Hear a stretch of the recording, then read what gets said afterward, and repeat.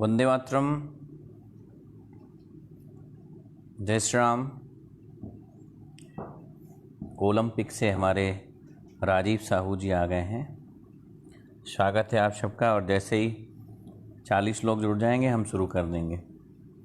और आज का मुख्य विषय आप सबके बीच में है ही पहले से, और 10 बजे इसलिए रखा है कि बहुत सारे लोग जो आज दिन भर की अपनी व्यस्तताओं में रहे वो इस समय फ्री भी हो गए होंगे। और मौसम भी बेहतर है। रमाकांत मिश्रा जी आपका भी स्वागत है। और ओलंपिक स्कूल से हमारे राजीव साहू जी का स्वागत है। और हमें लगता है नेटवर्क का अभाव हो सकता है। नितिन जी जुड़ गए हैं, अजितेश जी जुड़ गए हैं, और हमारे मान सिंह दांगी जी भी जुड़ गए हैं। अजितेश जी आपका भी स्वागत है। पंडित नितिन मिश्रा जी आपका भी स्वागत है। नितिन महाराज जी आपका स्वागत है। और जैसे ही 40 लोग हो जाएंगे, जय श्री राम, जय श्री राधे अजितेश जी। संदीप जयसवाल जी आपका भी स्वागत है। जय हो सरकार। जैसे ही हमारे लोग जुड़ जाएंगे हम शुरू करेंगे, वरना नहीं करेंगे। हमारे हरि किशन जी जुड़ गए हैं। महाराज जी प्रणाम। जय हो सरकार। अजितेश जी जय हो, जय हो। समय चूँकि 10 बजे का रखा, अब ये नहीं पता क्योंकि 9 बजे रखते थे हमेशा, और आज 10 बजे हम लोग आ रहे हैं तो थोड़ा सा विलम्ब तो है ही है। और 9 लोग 10 लोग हो गए हैं। काशनी गुरुदेव, काशनी गौरव जी जय श्री राम। राजा राम राजा सरकार की जय हो। पंडित नितिन जी और सौरभ जी भी जुड़ गए हैं। जैसे ही 40 लोग हो जाएंगे हम शुरू करेंगे। 12 हो गए हैं और 40 नहीं होंगे तो शुरू नहीं करेंगे। काशनी गौरव शास्त्री जय श्री कृष्णा। हरिओम चौरसिया जी आपका भी स्वागत है। 16 हो गए हैं। सौरभ जी आपका भी स्वागत है। 19 हो गए हैं। 20 हो गए हैं और बहुत शीघ्र और लोग जुड़ जाए। 21 हो गए। आचार्य मनोज मोहन जी आपका भी स्वागत है। पंडित धीरू भाई चतुर्वेदी जी आपका भी स्वागत है। महाराज जी मनीष सोनी जी आपका भी विशेष स्वागत। सौरभ मिश्रा जी जय श्री राम, जय श्री राम। 31 लोग हो गए हैं। पंडित धीरू जी आपका बहुत बहुत वंदन है। जय श्री कृष्णा। देव भट्ट जी भी जुड़ गए हैं। प्रवेंद्र गौर जी जय हो, जय हो, आपका भी स्वागत है। भूपेंद्र कृष्ण महाराज जी जुड़ गए हैं, आपका भी वंदन है। प्रवीण जी आपका भी विशेष विशेष स्वागत है। और सचिन कुमार शर्मा जी जुड़ गए हैं। हरिओम चौरसिया जी जय श्री राम। महाराज जी जय हो सरकार, आपका बहुत बहुत वंदन है। बीपी राजा जी जुड़ गए हैं, आपका भी बहुत बहुत स्वागत। 37 लोग हो गए हैं। और हरीश व्यास जी हमारे गरोठा से जुड़ गए हैं। बहुत सक्रिय कार्यकर्ता हैं, भारतीय जनता पार्टी के सैनिक हैं, उनका भी बहुत बहुत स्वागत है, वंदन है। और ये रिश्ते में वैसे हमारे मामा जी होते हैं। 39 लोग हो गए हैं और 40 हो गए हैं। अब अपनी बात शुरू करेंगे। वंदे मातरम, जय श्री राम। और आज जैसा कि पहले से विदित है कि हमारे देश ने हमारे माननीय प्रधानमंत्री नरेंद्र मोदी जी का बड़ा दिल से और हृदय से स्वागत किया। ऐसा प्रधानमंत्री पहली बार हम सबके बीच में कि जिसके एक वक्तव्य ने हमारे सारे देश को एकत्रित कर दिया और एक कर दिया। हम समझते हैं संगठन में जो शक्ति होती है, तो आज सारे देश ने देखी भी है कि एक मत होकर के सभी ने जनता कर्फ्यू का भी स्वागत किया। और 5 बजे आकर के जो ध्वनि प्रयोग किया, वो हम समझते हैं बहुत सारे लोग उसका मजाक भी उड़ा रहे थे। पहले हम सबका नाम एक बार बोल देते। काशनी गुरुदेव जी, गौरव शास्त्री जी, मित्र इस महामारी के लिए क्या संदेश है? जी बिल्कुल, बहुत जल्दी देने वाला हूँ। जसवंत जी, पुष्पा झा जी हमारी कलकत्ता से जुड़ गई हैं। दीपक बोहरे जी आपका भी स्वागत है। देव भट्ट जय श्री राम जी। संजीत गुप्ता जी आपका भी स्वागत है। जय श्री राम गुरुदेव, जय हो सरकार। सागर मिश्रा जी आपका भी बहुत बहुत स्वागत है। मैं थोड़ा सा विषय रखूँगा, फिर बीच बीच में नाम लेता रहूँगा। और आप सभी हमारे जितने भी व्यूवर्स हैं, जितने भी हमारे जुड़े हुए लोग हैं, आप सबको मैं प्रणाम करता हूँ, बार बार वंदन करता हूँ कि आप भी उस देश के रक्षा की आहुति में अपनी महत्वपूर्ण भूमिका अदा कर रहे हैं, महत्वपूर्ण समय निकाल करके आ रहे हैं। तो मैं समझता हूँ कोरोना एक बहुत बड़ी समस्या है, महामारी है। ये हम लोग सुन ही रहे हैं बहुत दिनों से न्यूज़ चैनलों पे, पेपरों पे, टीवी पे। भानु पटरिया जी आपका भी विशेष विशेष स्वागत है, आपका वंदन है। तो महामारी ये है या नहीं है? तो कोरोना जो वायरस है, हमारे माननीय मोदी जी उसके लिए बहुत गंभीर होकर के हम सब के बीच में आए और उन्होंने उसी तरह से एक विषय रखा जैसे नोटबंदी के समय लोगों के बीच में रखा था कि कल से 500,000 के नोट बंद हैं और हमारे देश की जनता ने उसको स्वीकार किया था।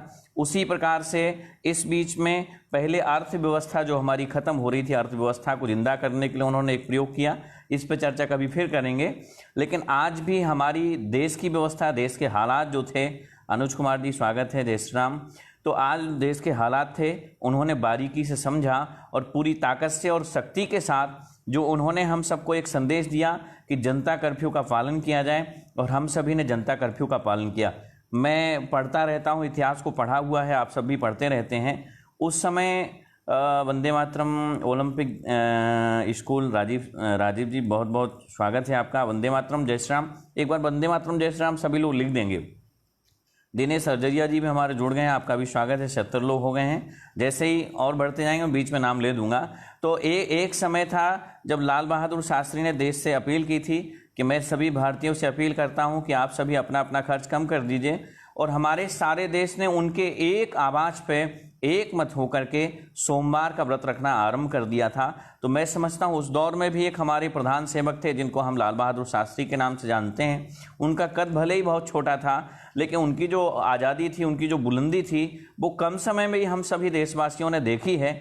और इस समय जो हमारे प्रधानमंत्री नरेंद्र जी हैं, नरेंद्र जी ने जैसे ही कहा कि आप सभी जनता कर्फ्यू का पालन करें, तो हमारे सारे देश ने उस पावन स्मृति को स्मरण करते हुए लाल बहादुर शास्त्री के बाद किसी प्रधानमंत्री ने बोला, और हमारी देश की जनता तो बहुत बड़े दिल वाली है और उसने स्वीकार किया। 5 बजे उन्होंने कहा कि ध्वनि का प्रयोग करें।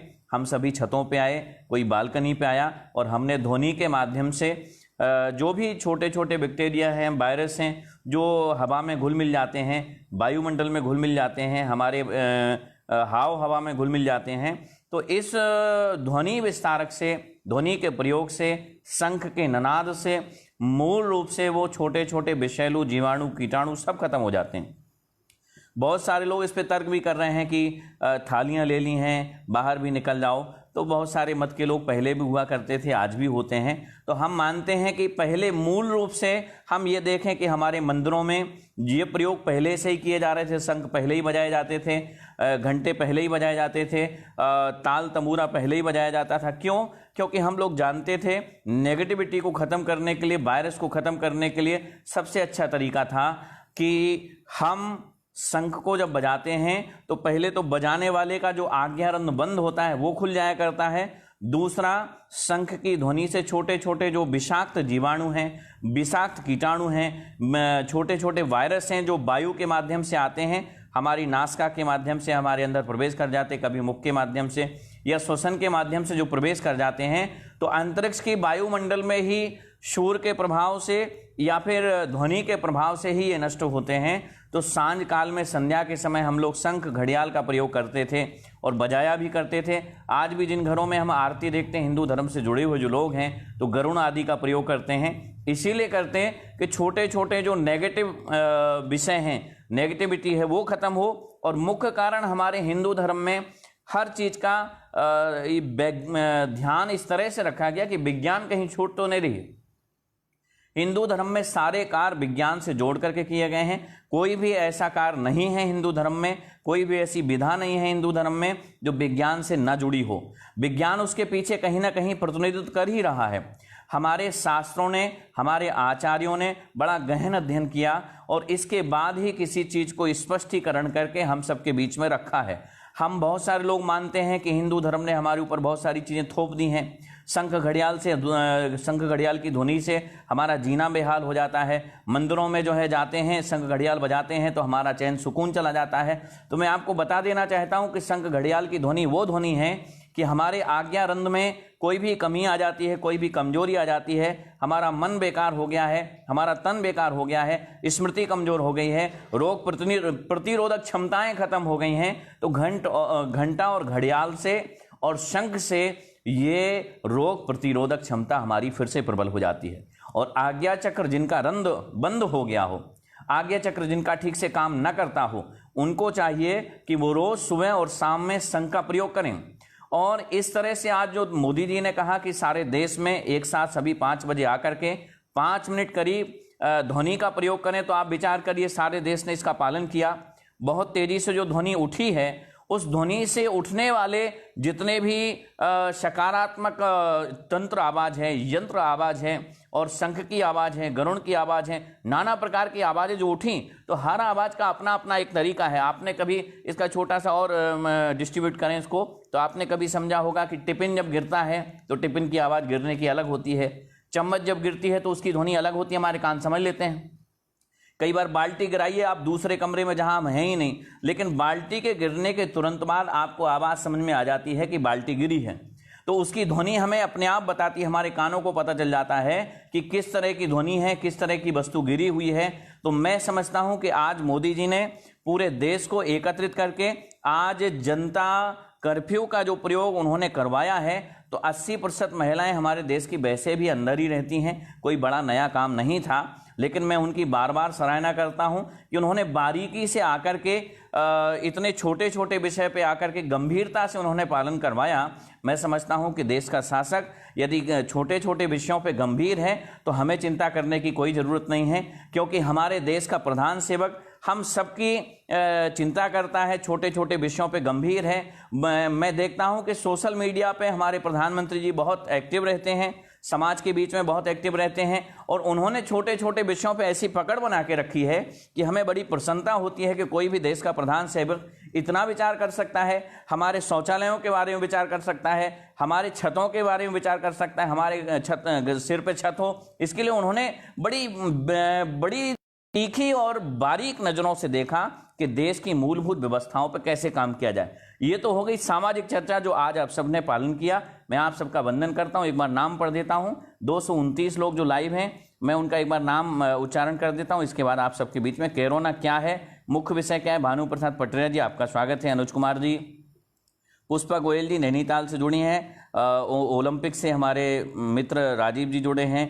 दिनेश सरजरिया जी, और आपका भी बहुत स्वागत है, हरेंद्र शास्त्री जी, ठाकुर संदीप जी, और पुष्पा जय श्री राम, पुष्पा जी जय श्री राम, अवनीश कृष्ण त्रिवेदी जी, सुरेंद्र जी नागपुर से जुड़े हैं, पंडित अवनीश कृष्ण जी जय श्री राम, सुरेंद्र जी बहुत अच्छे कार्यकर्ता हैं, भारतीय जनता पार्टी के सैनिक हैं, अमित गुप्ता जी का भी बहुत स्वागत है, गौरव जी का आपका भी स्वागत है, पंडित अवनीश जी वंदे मातरम, एक बार वंदे मातरम सभी लिखेंगे, शैलेंद्र राजा जी आपका भी स्वागत है, शीला मिश्रा जी रानीपुर से जुड़ी हैं, अमित गुप्ता जी बहुत अच्छा, आपका भी बहुत बहुत स्वागत है, और आशीष जी आपका स्वागत है, सुशील कुमार जी बिहार से जुड़े हुए हैं, और अवनीश जी अद्भुत विकृत शैली जी, सरकार आपकी कृपा आपका आशीर्वाद, अनुराग मिश्रा जी आपका भी स्वागत है, वंदे मातरम, शैलू शर्मा जी आपका भी स्वागत है, और हिमांशु मिश्रा जी का भी स्वागत है, श्री गौरव जी का भी बहुत बहुत स्वागत, विजय भट्ट जी हमारे बहुत बड़े जानकार हैं, आपका भी स्वागत है, और सुशील कुमार जी चरण स्पर्श खुश रहिए, अमित गुप्ता जी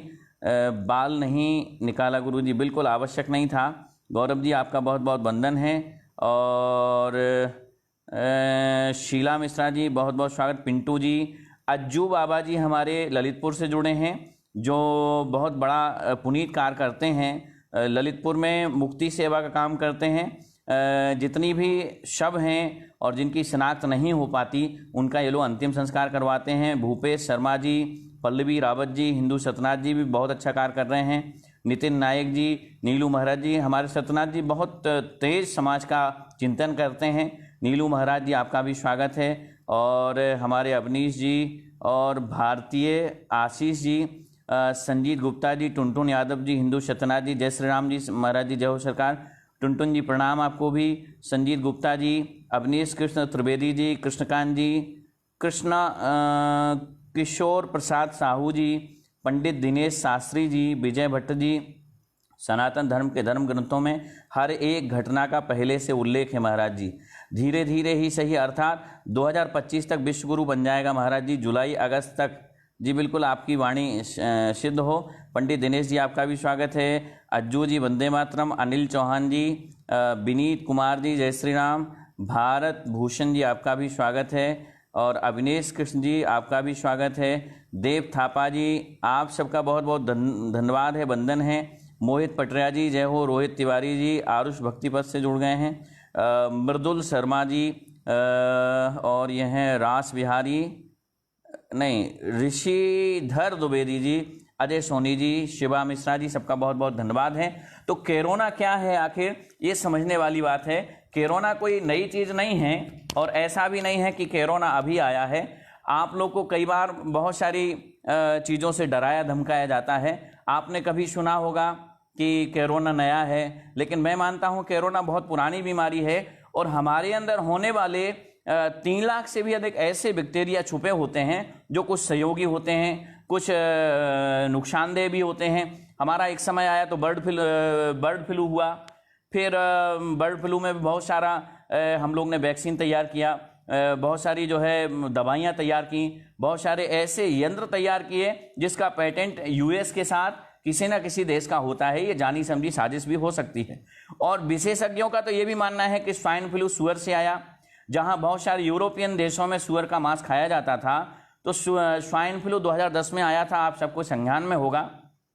और हमारे यहाँ भी तकरीबन 2200 से 2300 मौतें हुई थी। तो ऐसा नहीं कि वो 2200-2300 मौतें ही हुई हैं, कई बार बहुत सारी मौतें होती रही हैं, अन्य अन्य बीमारियों से भी होती रही हैं। घातक बीमारियां हमारे यहाँ पहले से थी। टीबी जैसी कोई बीमारी अभी है ही नहीं। एक टीबी की बीमारी थी जिसका कोई इलाज नहीं था। धीमे धीमे वैक्सीन तैयार हुई, धीमे धीमे इलाज तैयार हुआ, और जब एक यूएस की कंपनी ने उस पर पेटेंट करा लिया भारत से, तो करोड़ों रुपए भारत सरकार का टीबी के लिए खर्च हुआ, करोड़ों रुपए हमने दिया। और जो हमारा इनकम टैक्स जमा किया जाता है, इस इनकम टैक्स का पैसा एक कोष के रूप में, जिसको हम टीबी कोष भी कहते हैं, और अन्य वैक्सीन के नाम पे हम यूएस भेजते हैं। और इसका पेटेंट करार होता है, तो यूएस के साथ फ्रांस का पेटेंट करार था। इसके बाद उन्होंने एक और भ्रम फैलाया था जिसको हम स्वाइन फ्लू कहते हैं, 2010 में आया। तो स्वाइन फ्लू सूअरों के खाने से हुआ, सूअरों की चर्बी से हुआ। तो क्यों हुआ, इस पे हम जाएं तो यूरोप में कई ऐसे इलाके हैं जहां सूअरों की खेती होती है। अब आप पूछेंगे सूअरों की खेती क्या है, तो सूअरों की खेती मीन्स ये है कि वहां सूअरों को बड़ा चर्बी वाला बनाया जाता है। सूअर चर्बी वाले कैसे हों, तो उनको सोयाबीन खिलाई जाती है, और इतनी अधिक मात्रा में सोयाबीन खिलाते हैं वो लोग कि सूअर वजनी हो जाए, सूअर का वेट बढ़ जाए, और सूअर का जब वेट बढ़ेगा तो वो महंगे दामों में बिकेगा। तो वहां सोयाबीन पे सरकारों ने पेटेंट करार करवाया। कुछ समय के बाद वहां देखा कि सोयाबीन से बहुत नुकसान हो रहा है, तो वहां की सरकारों ने सोयाबीन के ऊपर बैन लगा दिया और कहा कि सोयाबीन यूरोप के किसी भी देश में जहां भी सामान्य वातावरण रहता है, सामान्य जो है जलवायु रहती है, वहां सोयाबीन की खेती नहीं हो सकती है, और सोयाबीन पर रोक लगाई जाए। और अंततः सोयाबीन पर बहुत लंबे समय पहले रोक लगाई गई थी, लगभग आज़ादी से पूर्व में। और सोयाबीन की खेती लेकिन उनको करवानी थी, सोयाबीन उनको आवश्यकता पड़ती ही थी, चाहिए ही था। तो उन्होंने भारत से समझौता किया, जो पंजाब में सबसे पहले सोयाबीन के ऊपर पेटेंट करा लिया गया था, और पंजाबियों ने सबसे पहले सोयाबीन की खेती बोई। और सोयाबीन जिन जिन खेतों में बोया गया वो सारे खेत नष्ट और नाबूद हो गए। और एक समय वो आया कि पंजाब सरकार को जब तक समझ में आता तब तक वहाँ के सारे खेत नष्ट हो चुके थे, वहाँ की खेती जहरीली हो चुकी थी। जो पंजाब कृषि प्रधान प्रदेश कहा जाता था हमारे यहाँ, लेकिन एक समय आया कि पंजाब सबसे पीछे पहुँच गया, क्योंकि वहाँ सोयाबीन जैसी घातक जो है फसल का उपजना, और सोयाबीन जैसी घातक फसल का वहाँ पैदावार करना पंजाब के लिए बड़ी घातक रही। फिर जब पंजाब ने मना कर दिया तो मध्य प्रदेश में सोयाबीन की खेती के लिए पेटेंट करार लिया गया, क्योंकि सोयाबीन तो यूरोपियनों को चाहिए था, क्योंकि वहाँ सूअर खाते हैं, सूअरों का मांस खाते हैं, चर्बी खाते हैं, तो सूअरों की चर्बी अधिक बढ़े इसके लिए सोयाबीन का प्रयोग किया जाता है। लेकिन दुर्भाग्य कि मध्य प्रदेश ने भी सोयाबीन की खेती की, और सोयाबीन जो बहुत बड़ी तादाद में हम लोगों ने उगाया, तो सोयाबीन को उगा करके हम लोग ने सारा सोयाबीन यूरोप भेजा महंगे दामों की वजह से। और वहाँ के लोगों ने जब सूअरों को सोयाबीन खिलाना आरंभ किया तो इस तादाद में सोयाबीन खिलाया कि एक एक सूअर का वजन 2-2 क्विंटल से भी अधिक हो गया, 2.5 क्विंटल से भी अधिक हो गया। और जब उन सूअरों का वेट बढ़ा, वजन बढ़ा, तो वो चल फिर नहीं पाए। चलने ना चलने से उनका जो आहार था, उनका जो पाचन क्षमता था वो खत्म हुआ, और जब पाचन क्षमता खत्म हुआ तो उनका शरीर अंदर ही अंदर सड़ने लगा, उनका शरीर अंदर ही अंदर गलने लगा। और दुर्भाग्य ये हुआ, उन्हीं सड़े हुए मांस को, गले हुए मांस को यूरोपियन लोगों ने खाया। वहाँ रिवाज भी है खाने का। और धीमे धीमे ये समय हुआ कि जब सड़े हुए मांस को उन्होंने खाया तो वहाँ के बहुत सारे लोगों को हैजा फैला, बहुत सारी बीमारियां फैली, स्वाइन फ्लू फैला, और वहाँ एक दूसरे के संपर्क में आने से जो बीमारियां बनी वो धीमे धीमे अन्य देशों में पहुंची। लगभग 7 लाख से ज़्यादा लोग स्वाइन फ्लू से मारे गए थे। लेकिन हमारे भारत में जब ये स्वाइन फ्लू आया 2010 में, तो हमारे यहाँ कोई भी मौत स्वाइन फ्लू से नहीं हुई थी, लेकिन प्रचारित मीडिया के द्वारा इस तरह से किया गया, क्योंकि मीडिया की नींद हराम थी, क्योंकि मीडिया को करोड़ों रुपए इस बात का मिला था कि स्वाइन फ्लू से लाखों लोग मारे गए, ऐसा बताना है।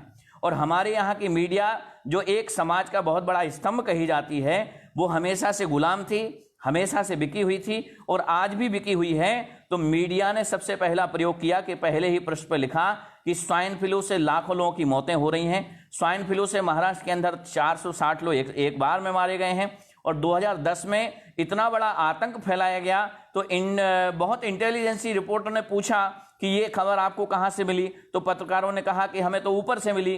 तो पूछा ऊपर से कहां से, तो वहां के लोगों ने कहा कि हमारे मालिक ने दी। और मालिक से जब पता किया गया कि ये खबर आपको कहां से मिली, तो मालिक ये भी नहीं बता पाए कि 460 लोग जो मरे हैं वो स्वाइन फ्लू से मरे हैं या आम बीमारी से जो रोज मरते हैं। हमारे यहाँ कैंसर से लाखों लोग रोज मारे जाते हैं, लेकिन कैंसर का प्रचार प्रसार कोई भी मीडिया नहीं करता।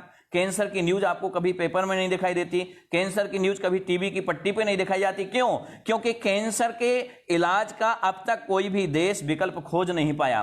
कैंसर का इलाज अभी तक कोई नहीं खोज पाया, इसीलिए वो कैंसर का कोई भी ऐड नहीं करते, कोई भी विज्ञापन नहीं करते, क्योंकि उनको पता है विज्ञापन उसी का करना है जिसका बाजार नहीं है। भारत एक बहुत बड़ा बाजार है, यहां व्यापार बहुत बड़े पैमाने पर किया जा सकता है, इसलिए बड़े बड़े विदेशी कंपनियां आती हैं और छोटा सा अपना नुकसान कराती हैं, लेकिन हमें दिखाती हैं कि बहुत सारे लोग स्वाइन फ्लू से मारे गए। और स्वाइन फ्लू में मरने वाले जो 2 लाख करीब लोग थे, हमारे यहां भी 2300 लोग मारे गए थे। तो उन 2300 लोगों की जो पीएम रिपोर्ट आई थी, उसमें इंटेलिजेंसी का कहना है कि 2300 लोगों में मरने वाले जो लोग थे, उसमें 85% लोग स्वतः गहरी बीमारी से या पहले से चली आ रही बीमारी से मरे थे। कोई भी स्वाइन फ्लू से नहीं मारा गया था, क्योंकि हमारे यहाँ सूअरों का मांस बहुत कम तादाद में खाया जाता था। दक्षिण भारत में कुछ खाया जाता है, बंगाल में कुछ खाया जाता, अन्य देशों में या अन्य प्रदेशों में नहीं खाया जाता था। लेकिन हमने स्वाइन फ्लू के ऊपर पेटेंट करा लिया, तो हमारी सरकारों ने एक कोष बनाया जिसको स्वाइन फ्लू कोष कहते हैं। और स्वाइन फ्लू कोष बना 5,56,000 करोड़ रुपए का, जो सारा पैसा विदेश वैक्सीन के नाम से चला गया और हम लोग ने वो पैसा भेज दिया। और एक समय आया तो बर्ड फ्लू हुआ, बर्ड फ्लू का भी एक रोग चलाया। तो बर्ड फ्लू मुर्गी के खाने से या मुर्गे के खाने से हुआ। मैं 280 लोगों का बहुत बहुत धन्यवाद करता हूं जो हमें सुन रहे हैं। मैं महत्वपूर्ण जानकारियां कुछ 10-15 मिनट में दूंगा आप सबको। तो बर्ड फ्लू जब हुआ और पता चला भारत को कि बर्ड फ्लू मुर्गों से हो रहा, तो आपको संज्ञान दिलाना चाहूंगा कि 2 लाख से 6 लाख के बीच में बहुत सारी मुर्गियों को मारा गया और तकरीबन एक प्रदेश में 4 से 5 लाख मुर्गियों को मारा गया, एक ही साथ मारा गया। और जब इंटेलिजेंसी की रिपोर्ट आई कि मुर्गियों को क्यों मारा जा रहा, तो कहा बर्ड फ्लू हो गया और बर्ड फ्लू के कारण जो है मुर्गियों को मारा जा रहा है। मुर्गी नहीं मरेंगी तो हम सब बीमार होकर मर जाएंगे। तो आपको बता दूं, उस समय भी हमारे भारत की रोग प्रतिरोधक क्षमता बहुत ऊंची थी। उस समय भी रोग प्रतिरोधक क्षमता हमारी अच्छी थी। 296 लोगों का बहुत बहुत धन्यवाद है। रोग प्रतिरोधक क्षमता हमारी उस समय अच्छी थी, लेकिन दुर्भाग्य कि हमें बताया गया कि मुर्गियों को मारना आवश्यक है। तो सरकारों ने जब मुर्गियों को मारा, तो बड़े बड़े जुकरसन जैसे डॉक्टरों की रिपोर्ट है, जुकरसन जैसे लोग लिखते हैं कि जीव हमारे सहयोगी होते हैं। और जब भारत सरकार ने इस पर रिसर्च करवाया, पता करवाया, जानकारी करवाई, तो ये पता चला कि जो मुर्गियां मारी गई हैं, उन मुर्गियों के मरने से हम सब बीमार हुए हैं, ना कि मुर्गियों के होने से बीमार हुए। आप पता कर लेना, न्यूज भी पढ़ना, गूगल पे सर्च कर लेना। मुर्गियों के मरने से हम बीमार हुए थे, ना कि मुर्गियों की वजह से बीमार हुए थे। क्योंकि बहुत सारी मुर्गियां जो छोटे छोटे जीवों को खाती हैं, छोटे छोटे जीवाणुओं को खाती हैं, छोटे छोटे कीटाणुओं को खाती हैं। जो कीटाणु नष्ट हो जाते हैं तो हमारे श्वसन के माध्यम से अंदर नहीं आ पाते। और जब वो जीवाणु मारने की क्षमता मुर्गी में थी और मुर्गी ही खत्म हो गई, तो वो जीवाणु 306 लोगों 312 लोगों का बहुत बहुत धन्यवाद है। तो जो मुर्गियों के मरने से जो जीवाणु जिंदा रह गए, जो कीटाणु विषाक्त जीवाणु जिंदा रह गए और हमारे श्वसन के माध्यम से हमारे शरीर में प्रवेश कर गए, और धीमे धीमे वो बर्ड फ्लू हमारे देश में इस तरह से फैला, इतना प्रचारित किया गया, कभी सोशल मीडिया के माध्यम से, कभी न्यूज़पेपर के माध्यम से, कभी चैनलों के माध्यम से। तो उन्होंने हमारे यहाँ से तकरीबन 40,000 करोड़ रुपए का व्यापार किया और 2010 में ही 40,000 करोड़ रुपए का व्यापार किया। क्यों? क्योंकि पहले वो समस्या पैदा करेंगे और समाधान भी खुद बताएंगे। तो स्वाइन फ्लू में लाखों मुर्गियां मारी गईं। उन्होंने जो किट दी स्वाइन फ्लू की, उससे भी बचाव जब ना हो सका, सरकारों की समझ में आया तो फिर विदेशों से मुर्गियां मंगाई गईं। विदेशों से मुर्गियों को छोड़ा गया हमारे देश में, और जब हमारी सरकार को समझ में आता तब तक ये स्वाइन फ्लू फैल चुका था। लेकिन बहुत जल्दी ईश्वर की कृपा कि हमारा सूर्य स्थिर है, हमारे यहाँ की जलवायु स्थिर है, हमारे यहाँ का सूर्य 20 डिग्री टेम्परेचर 30 डिग्री टेम्परेचर लगभग हमेशा ही रखता है। और उसका परिणाम ये हुआ कि हम सभी सूर्य की वजह से, सूर्य भगवान के तेज के प्रभाव से सुरक्षित हुए। और एक समय अब फिर से आ गया तो कोरोना आ गया। कोरोना क्या है? कोरोना कोई पुरानी बीमारी नहीं है। हाँ, हम लोग को जानकारी अभी अभी लगी है, ये बात हो सकती है, जानकारियां हम सबको अभी अभी मिली हैं, ये भी हो सकता है। 335-34 लोगों का बहुत बहुत धन्यवाद है।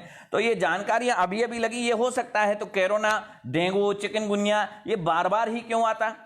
आपको याद दिला दूं, क्या ऐसा क्या हो गया कि कोरोना आया तो फ्लू खत्म हो गया, बर्ड फ्लू खत्म हो गया, स्वाइन फ्लू खत्म हो गया, डेंगू खत्म हो गया, चिकनगुनिया खत्म हो गया? क्या इन पे विराम लगा दिया गया? नहीं नहीं, आपको मैं संज्ञान दिलाना चाहता हूं, कोरोना का बाजार अभी बना नहीं है, कोरोना का बाजार अभी बनने वाला है। डेंगू का बाजार पहले बन चुका है, स्वाइन फ्लू का बाजार पहले बन चुका है, बर्ड फ्लू का बाजार पहले बन चुका है, जिनके नाम पे वैक्सीन भी बनती है और हमारी सरकार का हजारों करोड़ रुपए बर्बाद होता है। अब नई कौन सी पॉलिसी तैयार की जाए जिससे भारत सरकार पेटेंट करार ले? तो इस बार यूएस और चाइना ने मिलकर के ये पेटेंट करार लिया है। और मैं आपको बता दूं कि एक घातक बीमारी, आपको स्मरण भी होगा, 1984 में एक बीमारी आई थी HIV, जिसको हम एड्स भी कहते हैं। तो आप सभी ने गौर किया होगा, उस दौर में जितने लोग समझदार रहे होंगे, तो HIV से मरने वाले लोगों में तो ये भी पाया जाता था कि छुआछूत की बीमारी है। कहा रूमाल भी मत छुओ, जिसको HIV हो उसके रूमाल को छूना मना है,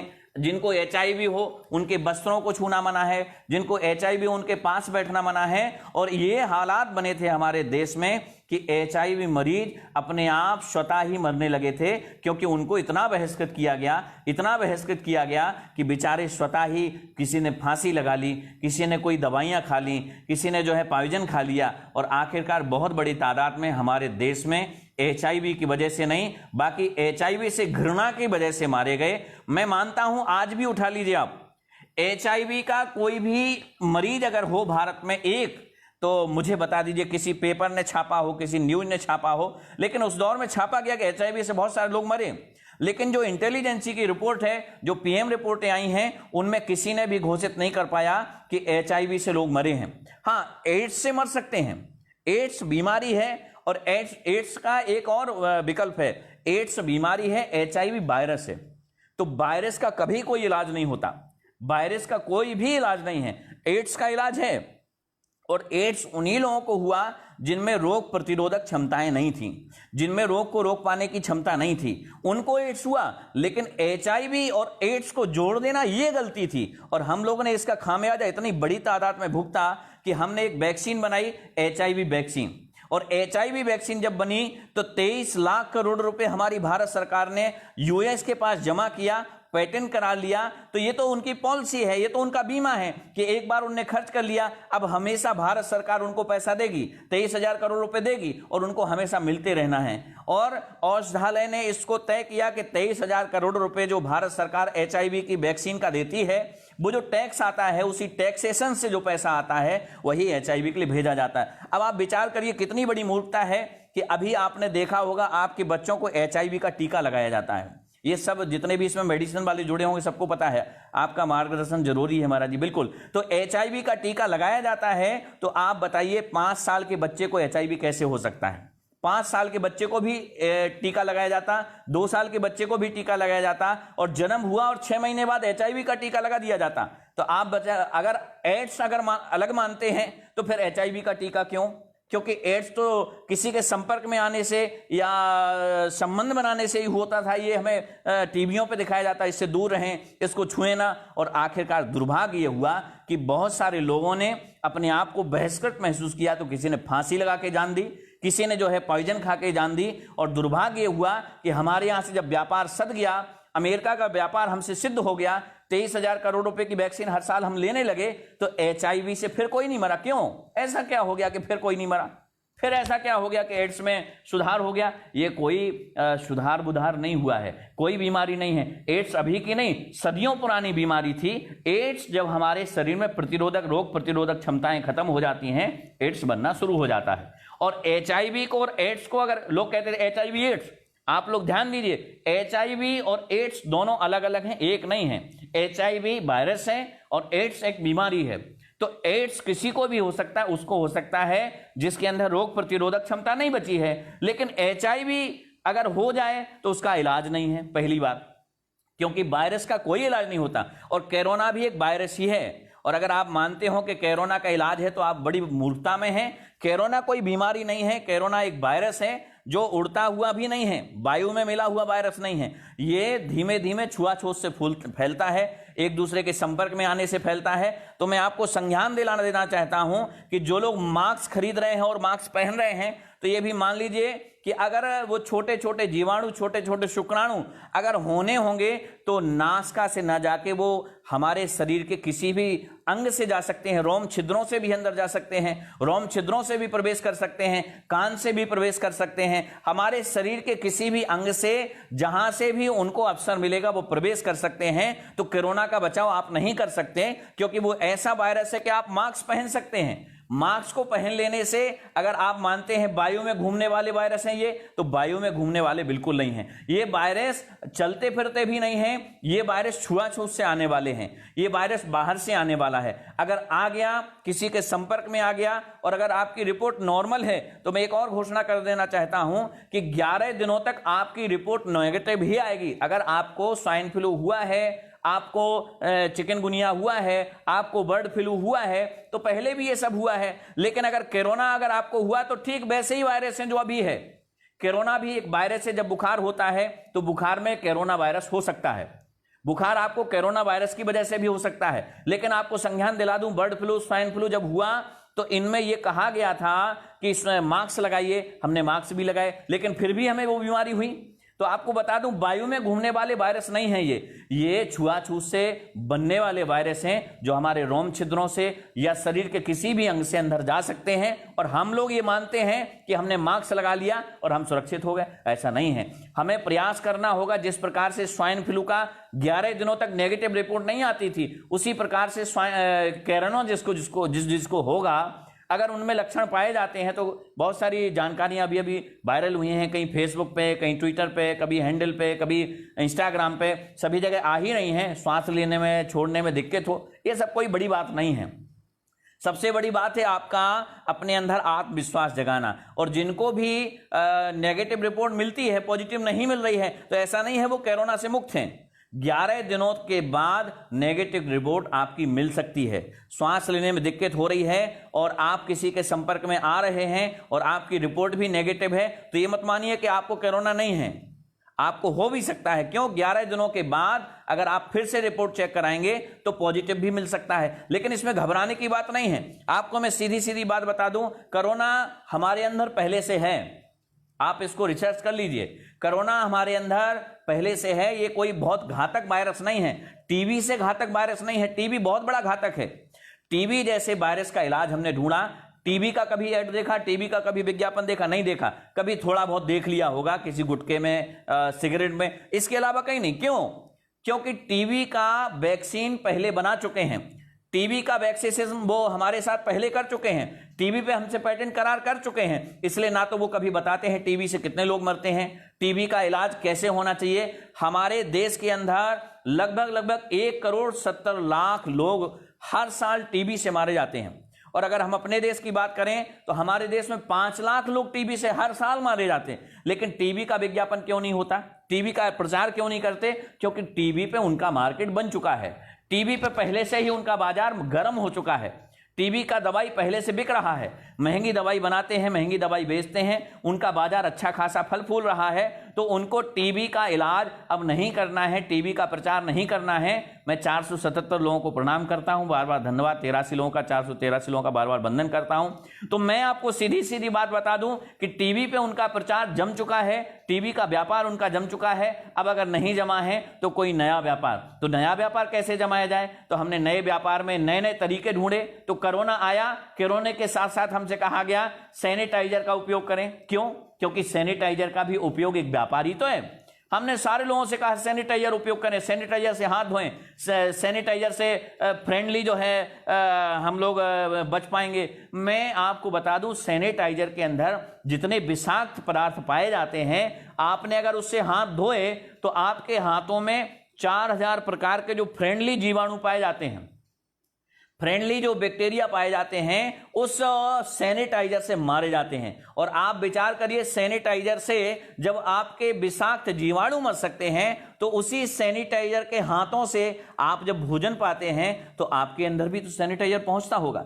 सैनिटाइजर जब आपके अंदर पहुंचेगा तो आपके फेफड़ों में भी पहुंचेगा, और उससे बड़ा घातक आप लोग को सैनिटाइजर का उपयोग ही बहुत बड़ा घातक है। जैसे हम पहले वीडियो में बता चुके हैं कि कैंसर की बीमारी से लोग नहीं मरते, कैंसर के इलाज से मर जाते हैं। कैंसर का इलाज इतना घातक है कि हमारे अंदर बनने वाले जीवाणुओं को भी खत्म कर देता है, और हमारे अंदर शुक्राणुओं को भी खत्म कर देता है, और हमारी रोग प्रतिरोधक क्षमता को भी ये कीमो खत्म कर देता है, और धीमे धीमे हमारी रोग प्रतिरोधक क्षमता खत्म हो जाती और हम कैंसर से न मर के हम कैंसर के इलाज से मर जाते हैं। उसी प्रकार से ये विदेशी कंपनियां कोरोना को लेकर के आई हैं। तो कोरोना एक वायरस है जिसका इलाज कुछ नहीं हो सकता, लेकिन अमेरिका ने और चीन ने मिलकर के एक ऐसा प्रोडक्ट लॉन्च किया, ऐसी तैयारी की, मैं आपको बता नहीं सकता। उन्होंने जो एक प्रोडक्ट तैयार किया है, तो उसका भारत सरकार से 16,000 करोड़ रुपए का पेटेंट करार होने वाला है।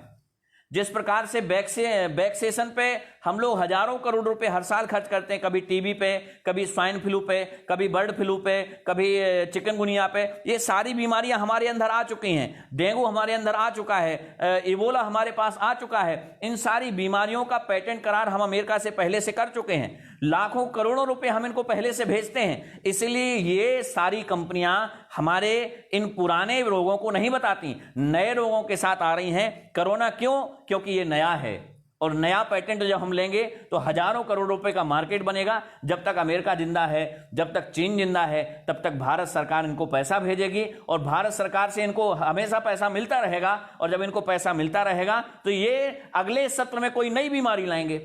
क्यों ये बीमारी इन्होंने तैयार की? तो इसका सीधा सीधा कारण है कि आपको 84 का याद होगा, 1984 में जो HIV एड बना, हम पहले भी कह चुके हैं, HIV का वैक्सीन जब तैयार हुआ तो आज 1 साल से लेकर 2 साल के बच्चों को भी वैक्सीन लगाई जाती है। तो अब HIV अगर संक्रमण है, HIV दी एड्स है, तो एड्स तो 2 साल के बच्चों को नहीं होना चाहिए, एड्स तो 5 साल के बच्चों को नहीं होना चाहिए, लेकिन उनको भी HIV लगाई जाती है। और HIV का मार्केट हमारे भारत में बन चुका है।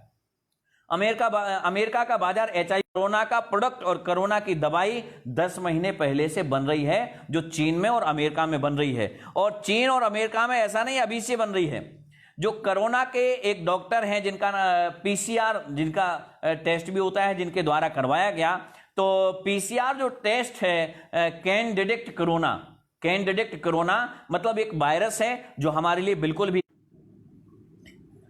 क्षमा करना नेटवर्क की वजह से, तो पहले से जो है ये कोरोना हमारे अंदर था, पहले से हमारे अंदर है और अब भी है। तो कोरोना से उतने ही लोग मरते हैं जितने लोग बुखार से मरते हैं, जितने लोग फीवर से मरते हैं। जब कभी हमें फीवर होता है, जब कभी हमें बुखार होता है, तो उसमें भी कोरोना के लक्षण पाए जाते हैं। उसमें भी 1-2 ऐसे कोरोना के वायरस होंगे ही जो हमारे अंदर छुपे होते हैं और दिखाई नहीं देते।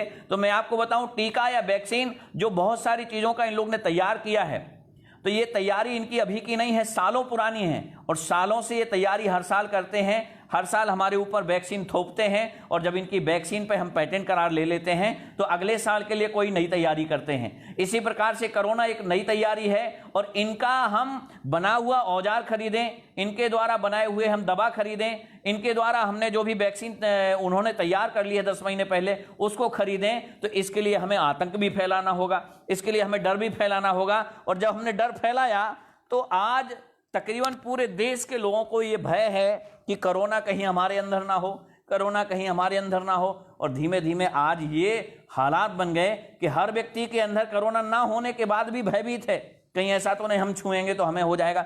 ये दरअसल छुआछूत की बीमारी नहीं है, ये कोरोना किसी ठंडे प्रदेश में या ठंडे क्षेत्रों में होने वाला बीमारी है। यूरोप जैसे कई इलाके जहां 10-10 महीने तक सूर्य नहीं निकलता, 10-10 महीने तक जहां गर्मी नहीं पड़ती, 10-10 महीने तक जहां बर्फ पड़ती है, उन जगहों पे कोरोना हावी हो सकता है। लेकिन हमारे यहाँ तो सूर्य का तापमान 30 डिग्री अभी है, 33 डिग्री कल मैंने आपा था। तो आप विचार करिए 33 डिग्री जहां सूर्य का तापमान होगा वहां ये कोरोना रह नहीं सकता, वहां ये कोरोना ठहर नहीं सकता। टीबी से 15 लाख लोग मरते हैं, टीबी से 15 लाख लोग मरते हैं, लेकिन कभी भी हमें नहीं बताया गया, ना बताया जाता कि टीबी से लोग मर रहे हैं। क्यों? क्योंकि टीबी का व्यापार स्थिर रूप से जम चुका है। तो मैं आपको बता देना चाहता हूं कि मूल रूप से ये कोरोना का वायरस जो फैलाया जा रहा, तो ये हमारे आत्मबल को कमजोर करता है। और जब आत्मबल कमजोर हो जाता है तो रोग प्रतिरोधक क्षमता भी कम हो जाती है, और रोग प्रतिरोधक क्षमता जब कम होती है तो बहुत सारे वायरस हमारे शरीर के अंदर हावी हो जाते हैं और हम कोरोना जैसे बीमारियों से कमजोर पड़ जाते हैं। और कई बार ऐसे बैक्टीरियल इन्फेक्शन होते हैं, इन्फेक्शन जैसे हमें बहुत सारी चीजों के हुए, ऐसा नहीं कि कोरोना हमारे अंदर नहीं था, हम पहले भी बता चुके हैं कोरोना जैसा वायरस हमारे अंदर पहले से भी होगा। अगर बर्ड फ्लू आया, स्वाइन फ्लू आया और कभी धोखे से फीवर हुआ, तो फीवर पे आप लोग कैसे रोकथाम करते? फीवर जब हमें हो जाता तो हम क्या करते? बहुत सारे लोग तो इलाज भी नहीं करवाते, बहुत सारे लोग तो डॉक्टर के यहां भी नहीं जाते, लेकिन फिर भी ठीक हो जाते। उसी प्रकार से कोरोना कोई बहुत घातक बीमारी नहीं है। कोरोना अगर हो भी गया तो आप बिना इलाज के भी बच सकते हैं, बिल्कुल मैं कह रहा हूं, इसको आप सर्च कर लेना। और बड़े बड़े जो इंटेलिजेंस रिपोर्ट हैं, बड़े बड़े डॉक्टरों ने जो वीडियो डाल रखे हैं, बड़े बड़े डॉक्टरों की जो रिपोर्ट आई है व्हाट्सएप पे बहुत घूम रही हैं, तो उन्होंने कहा कि कोरोना कोई बहुत घातक बीमारी नहीं है जिससे मर सकता है। उतनी ही घातक है जितना घातक बुखार है। बुखार में जिस प्रकार से लोग बच सकते हैं उसी प्रकार से कोरोना में भी बच सकते हैं। जिस प्रकार से बुखार में 1000 लोगों में मलेरिया होने से या बुखार बिगड़ने से कोई एक व्यक्ति मरता है, यानी 1% व्यक्तियों की मृत्यु होती है, उसी प्रकार से कोरोना में भी 1% से भी कम लोगों की मृत्यु होती है। प्रतिवर्ष 1,70,00,000 बैक्टीरिया इन्फेक्शन से मरते हैं लोग। 1,70,00,000 बैक्टीरिया इन्फेक्शन से लोग मारे जाते हैं, तो उनमें कोरोना का भी वायरस होना आवश्यक है। जिस प्रकार से HIV का इलाज और एड्स का इलाज हमने जोड़ करके बड़ा लंबा व्यापार किया, मैं पहले ही बता चुका, एड्स एक बीमारी है और HIV एक वायरस है, लेकिन HIV और एड्स को हमने जोड़ करके हमारे ऊपर आतंकी हमला करके, एक तरह से भय का हमला करके हम लोग ने भय में सभी को टीके लगवाए। और आज भी वैक्सीन बनी है HIV वैक्सीन, जो छोटे छोटे बच्चों को भी लगाई जाती है, और भय के कारण ही लगाते हैं। दुर्भाग्य ये कि फिर हमने जानना बंद कर दिया। 23,000 करोड़ रुपए का जो व्यापार हमारे यहां से अमेरिका करता है, सिर्फ HIV वैक्सीन पे करता है। और इसी तरह से कृपया कोई फोन ना लगाए, लाइव हैं। मानस जी, मैं आपको देख रहा हूं, एक बार नाम पढ़ लेता हूं। अजितेश जी, मानस जी, इंद्रनील जी सरकार, अजय जी और दीपक शिरोत्री जी, अंजनी यादव जी, कैलाश जी, कृष्णकांत जी, नीलू महाराज जी, पूनम मिश्रा जी, रोहित यादव जी, क्या लिखा है, निविन मोंटी जी और योगेश सिंह जी, और हमारे इंद्र विक्रम जी, छोटू सिंह राजा 14 इत्यादि, कमलेश जायसवाल जी, गोपाल जी, छोटू जी, श्यामपाल जी, धनुषधारी जी, आपका भी स्वागत है, श्यामपाल सिंह जी, अनिल कुमार जबरदस्त सर, नमस्ते जी, नमस्ते। ऋतिक कुमार जी मिश्रा, आपका भी स्वागत है, छोटू सिंह गौर, अजय सिंह यादव, छोटू राजा, अमित सोनू महाराज, सुनील पटेरिया, लवली अनूप जी, एवं अंत श्रीवास्तव जी, और जय हिंद जी, क्या लिखा है, जेवल जी, शुभम विधवा जी, अमित कुशवाहा जी, अंकित शर्मा जी, अजितेश द्विवेदी जी, और विकास मिथानी जी, अजितेश दुबे जी, जितेंद्र सिंह जी, ध्यान सिंह जी, एवं भूपेश जी, राहुल जी, संजीत गुप्ता जी, और हमारे ब्रजेश तिवारी जी, विष्णु श्रीवास्तव जी, नीलेश कुमार जी, दुबे जी, हमारे शेरा दुबे जी, हेमू जी, और हमारे अशोक सेन जी, विकास कुमार जी, कृष्णा कौशल जी, कमलेश तिवारी जी, अंशु मिश्रा जी, विनीत वाजपेयी जी, दिवल जी, रविकांत जी, और इसके आगे दिखाई नहीं दे रहे हैं बहुत सारे लोग, लगभग 500 लोग जुड़े हुए थे। आपका बहुत बहुत धन्यवाद है। नीलेश जी, आपका बहुत बहुत धन्यवाद है, स्वागत है। तो मैं आप सबसे, बहुत सारी चर्चाएं अभी शेष हैं। भविष्य के व्यवसाय को सुरक्षित करने के लिए आपको भयभीत किया जा रहा और कुछ नहीं हो रहा। अजितेश द्विवेदी जी, छत्तीसगढ़ के सुकमा में नक्सलियों से संघर्ष करते हुए सुरक्षा कर्मियों की शहादत की घटना मन व्यथित करने वाली है। जी बिल्कुल, 17 लोगों का अभी हमने पढ़ा था शाम के समय में। बहुत पीड़ा हुई, हम लोग कोरोना में फंसे रहे और वहाँ लगभग बहुत सारे लोग मारे गए। तो मैं आपको बता देता हूँ कि कोरोना के जो निर्माता हैं कैरी मलिस, इससे पूर्व कैरी मलिस के द्वारा एक बहुत बड़ा वायरस जो फैलाया गया था, जिसको हम ये मानते हैं कि फ्रांस में फैलाया गया था, और उस वायरस के लिए लगभग बहुत सारे प्रयोग किए गए थे। तो मैं आपको बता दूं, फ्रांस और यूएस ने बहुत सारे ऐसे वायरस तैयार किए जो बीच बीच में भेजते रहे हैं। और अफ्रीका में HIV वायरस पे उन्होंने बड़ा विरोध किया था। HIV वायरस का विरोध अफ्रीका में इतने बड़े पैमाने पे हुआ था कि वहां के प्रधानमंत्री को सामने आगे आकर के कहना पड़ा था कि एम विकी जो वहां के प्रधानमंत्री थे, प्राइम मिनिस्टर थे, तो एम विकी अफ्रीका के प्राइम मिनिस्टर जब थे और उन्होंने कहा कि HIV की वजह से लोग नहीं मारे जा रहे हैं, एड्स की वजह से हो सकता है कुछ लोग मारे जाते हों, तो एम विकी को वहां अपने पद से हाथ धोना पड़ा था। और मैं समझता हूं कि आज जो सच कहेगा उसको भी अपने पद से हाथ धोना पड़ेगा, क्योंकि ये बहुराष्ट्रीय कंपनियां हैं, बड़े बाजारों को देखती हैं और बड़े बाजारों के ऊपर इनका अच्छा कमांड होता है। तो ये सरकारों को भी हाथ में लेती हैं, बड़े बड़े नेताओं को भी हाथ में लेती हैं। और बड़ा कोष जब बनता है तो भारत सरकार जब कोई भी नया कोष बनाती है, कोई भी कोष तैयार करती है, तो कुछ हिस्सा तो नेताओं को भी खाने को मिलेगा। इसलिए कोरोना भी एक एम विकी के द्वारा जिस प्रकार से HIV का विरोध किया गया था, उन्होंने इस पर रिसर्च करवाया। रिसर्च करवाने के बाद बहुत सारे डॉक्टरों की उन्होंने टीम बुलाई। उसमें पाया गया था कि HIV एक बहुत बड़ी बीमारी नहीं है।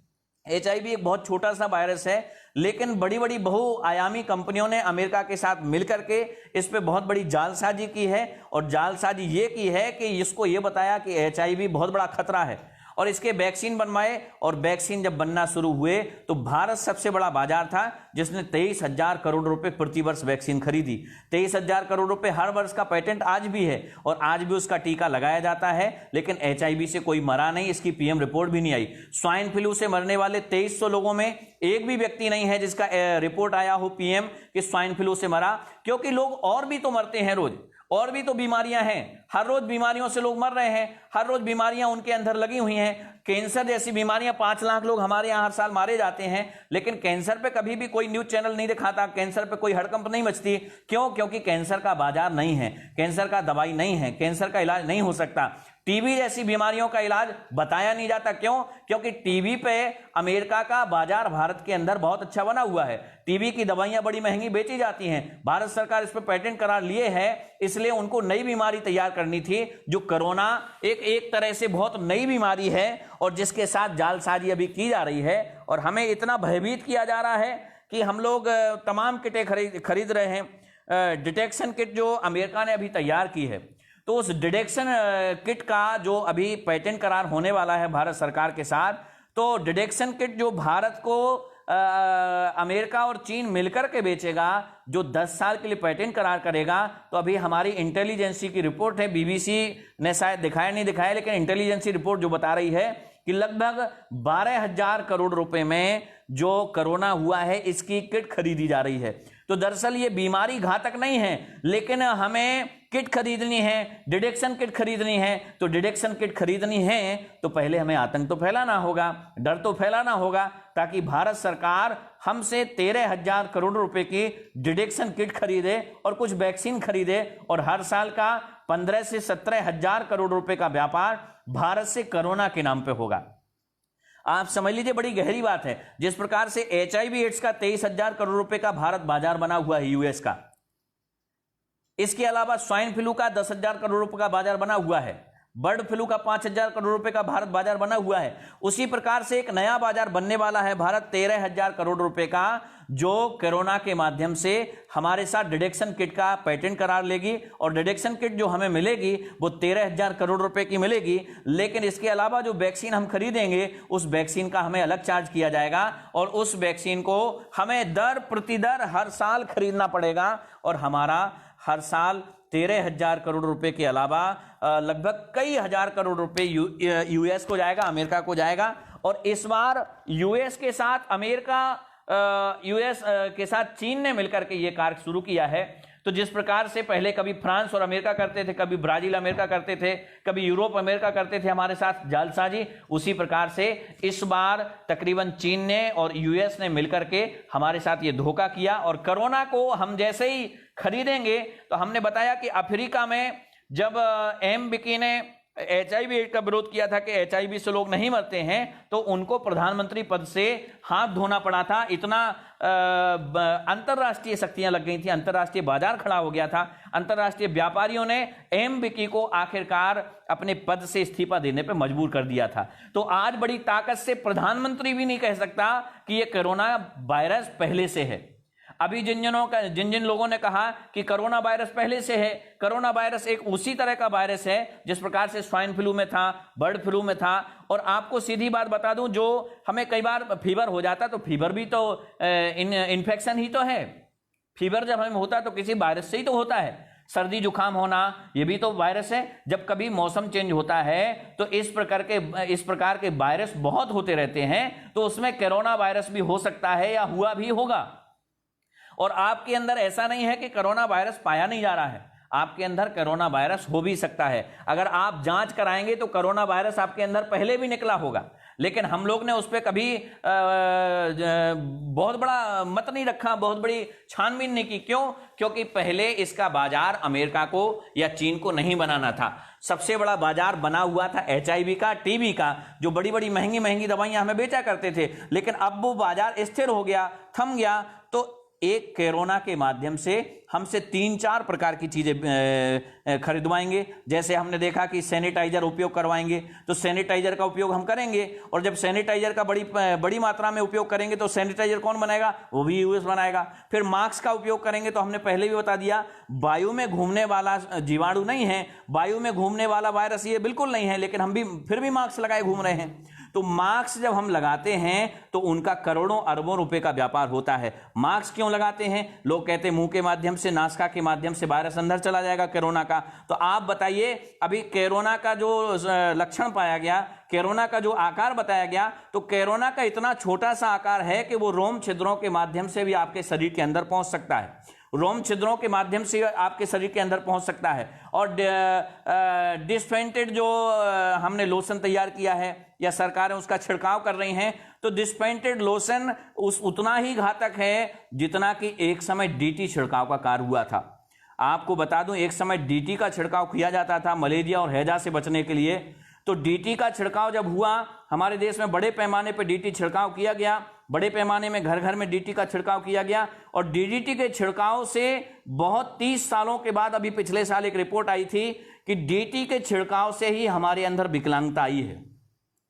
DT के छिड़काव से ही हमारे यहाँ एक नया जन्म हुआ, पोलियो हमारे देश में पहले नहीं था, पोलियो हमारे यहाँ पहले नहीं पाया जाता था। लेकिन हमने मलेरिया और हैजा से बचने के लिए DDT का जब छिड़काव करवाया, और DDT का छिड़काव जब बड़े पैमाने पे घर घर में हुआ, आंगन आंगन में हुआ, गली चौराहों पे हुआ, चौक चौराहों पे हुआ, तो इतने बड़े पैमाने पे DDT का छिड़काव हो गया कि DDT का इतना बड़ा नुकसान हमारे देश को उठाना पड़ा कि पोलियो एक नई तरह की बीमारी हमें मिली। और पोलियो जब बीमारी मिली तो वो भी हमने किसी के साथ पेटेंट करा लिया, और पोलियो का भी वैक्सीन हम खरीदते हैं। आपको संज्ञान दिला देना चाहता हूं कि हजारों करोड़ों रुपए का वैक्सीन तैयार होता है। हजारों करोड़ों रुपए का वैक्सीन तैयार होकर के ये विदेशी कंपनियां हमें बेचती हैं। तो विदेश का तो मार्केट बनता ही बनता है, कुछ हमारे नेताओं को भी खाने को मिलता। हमारे नेताओं को भी वैक्सीन बेचने के माध्यम से 10%, 5%, 15% का मुनाफा होता है। तो ये हर साल पेटेंट करार करती हैं। जिस प्रकार से हमने बताया, 4 प्रकार के वैक्सीन तैयार होते हैं। एक वैक्सीन है HIV, एक वैक्सीन है बर्ड फ्लू, एक वैक्सीन है स्वाइन फ्लू, और एक है अपोला।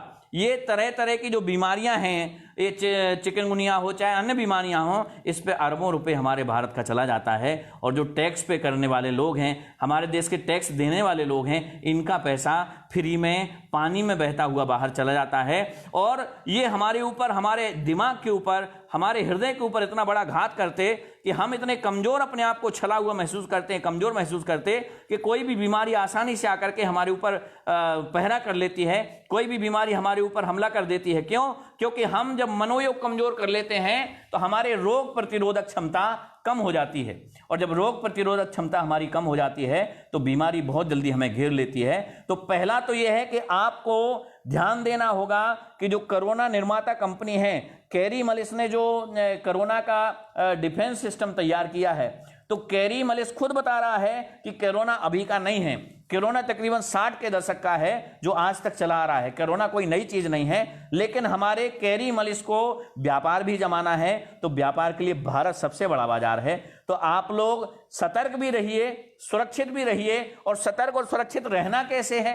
तो इसका एक छोटा सा उपाय है, ना तो सैनिटाइजर का उपयोग करें, क्योंकि सैनिटाइजर के उपयोग से आप दिमाग लगाइए, सैनिटाइजर के उपयोग से जब आपके हाथ के जीवाणु खत्म हो सकते हैं, आपके कीटाणु खत्म हो सकते हैं, तो आप विचार करिए कि सैनिटाइजर का वही हाथ आप उससे जब भोजन पाते हैं तो अंदर भी जाता होगा, तो फेफड़ों में भी तो लगता होगा, आपके फेफड़े गल सकते हैं सैनिटाइजर से। आपको अगर प्रयोग करना हो तो सैनिटाइजर में एक हड्डी का टुकड़ा डाल दीजिए या टूटा हुआ दांत डाल दीजिए। सैनिटाइजर में आपका पड़ा हुआ दांत 1 या 2 दिन में गल जाता है। आप विचार करिए, जब सैनिटाइजर इतना घातक है कि आपके दांत गल सकते हैं, आपकी हड्डी गल सकती है, तो सैनिटाइजर से जब आप हाथ धोते हैं तो कुछ सैनिटाइजर तो आपके हाथ में रह भी जाता होगा।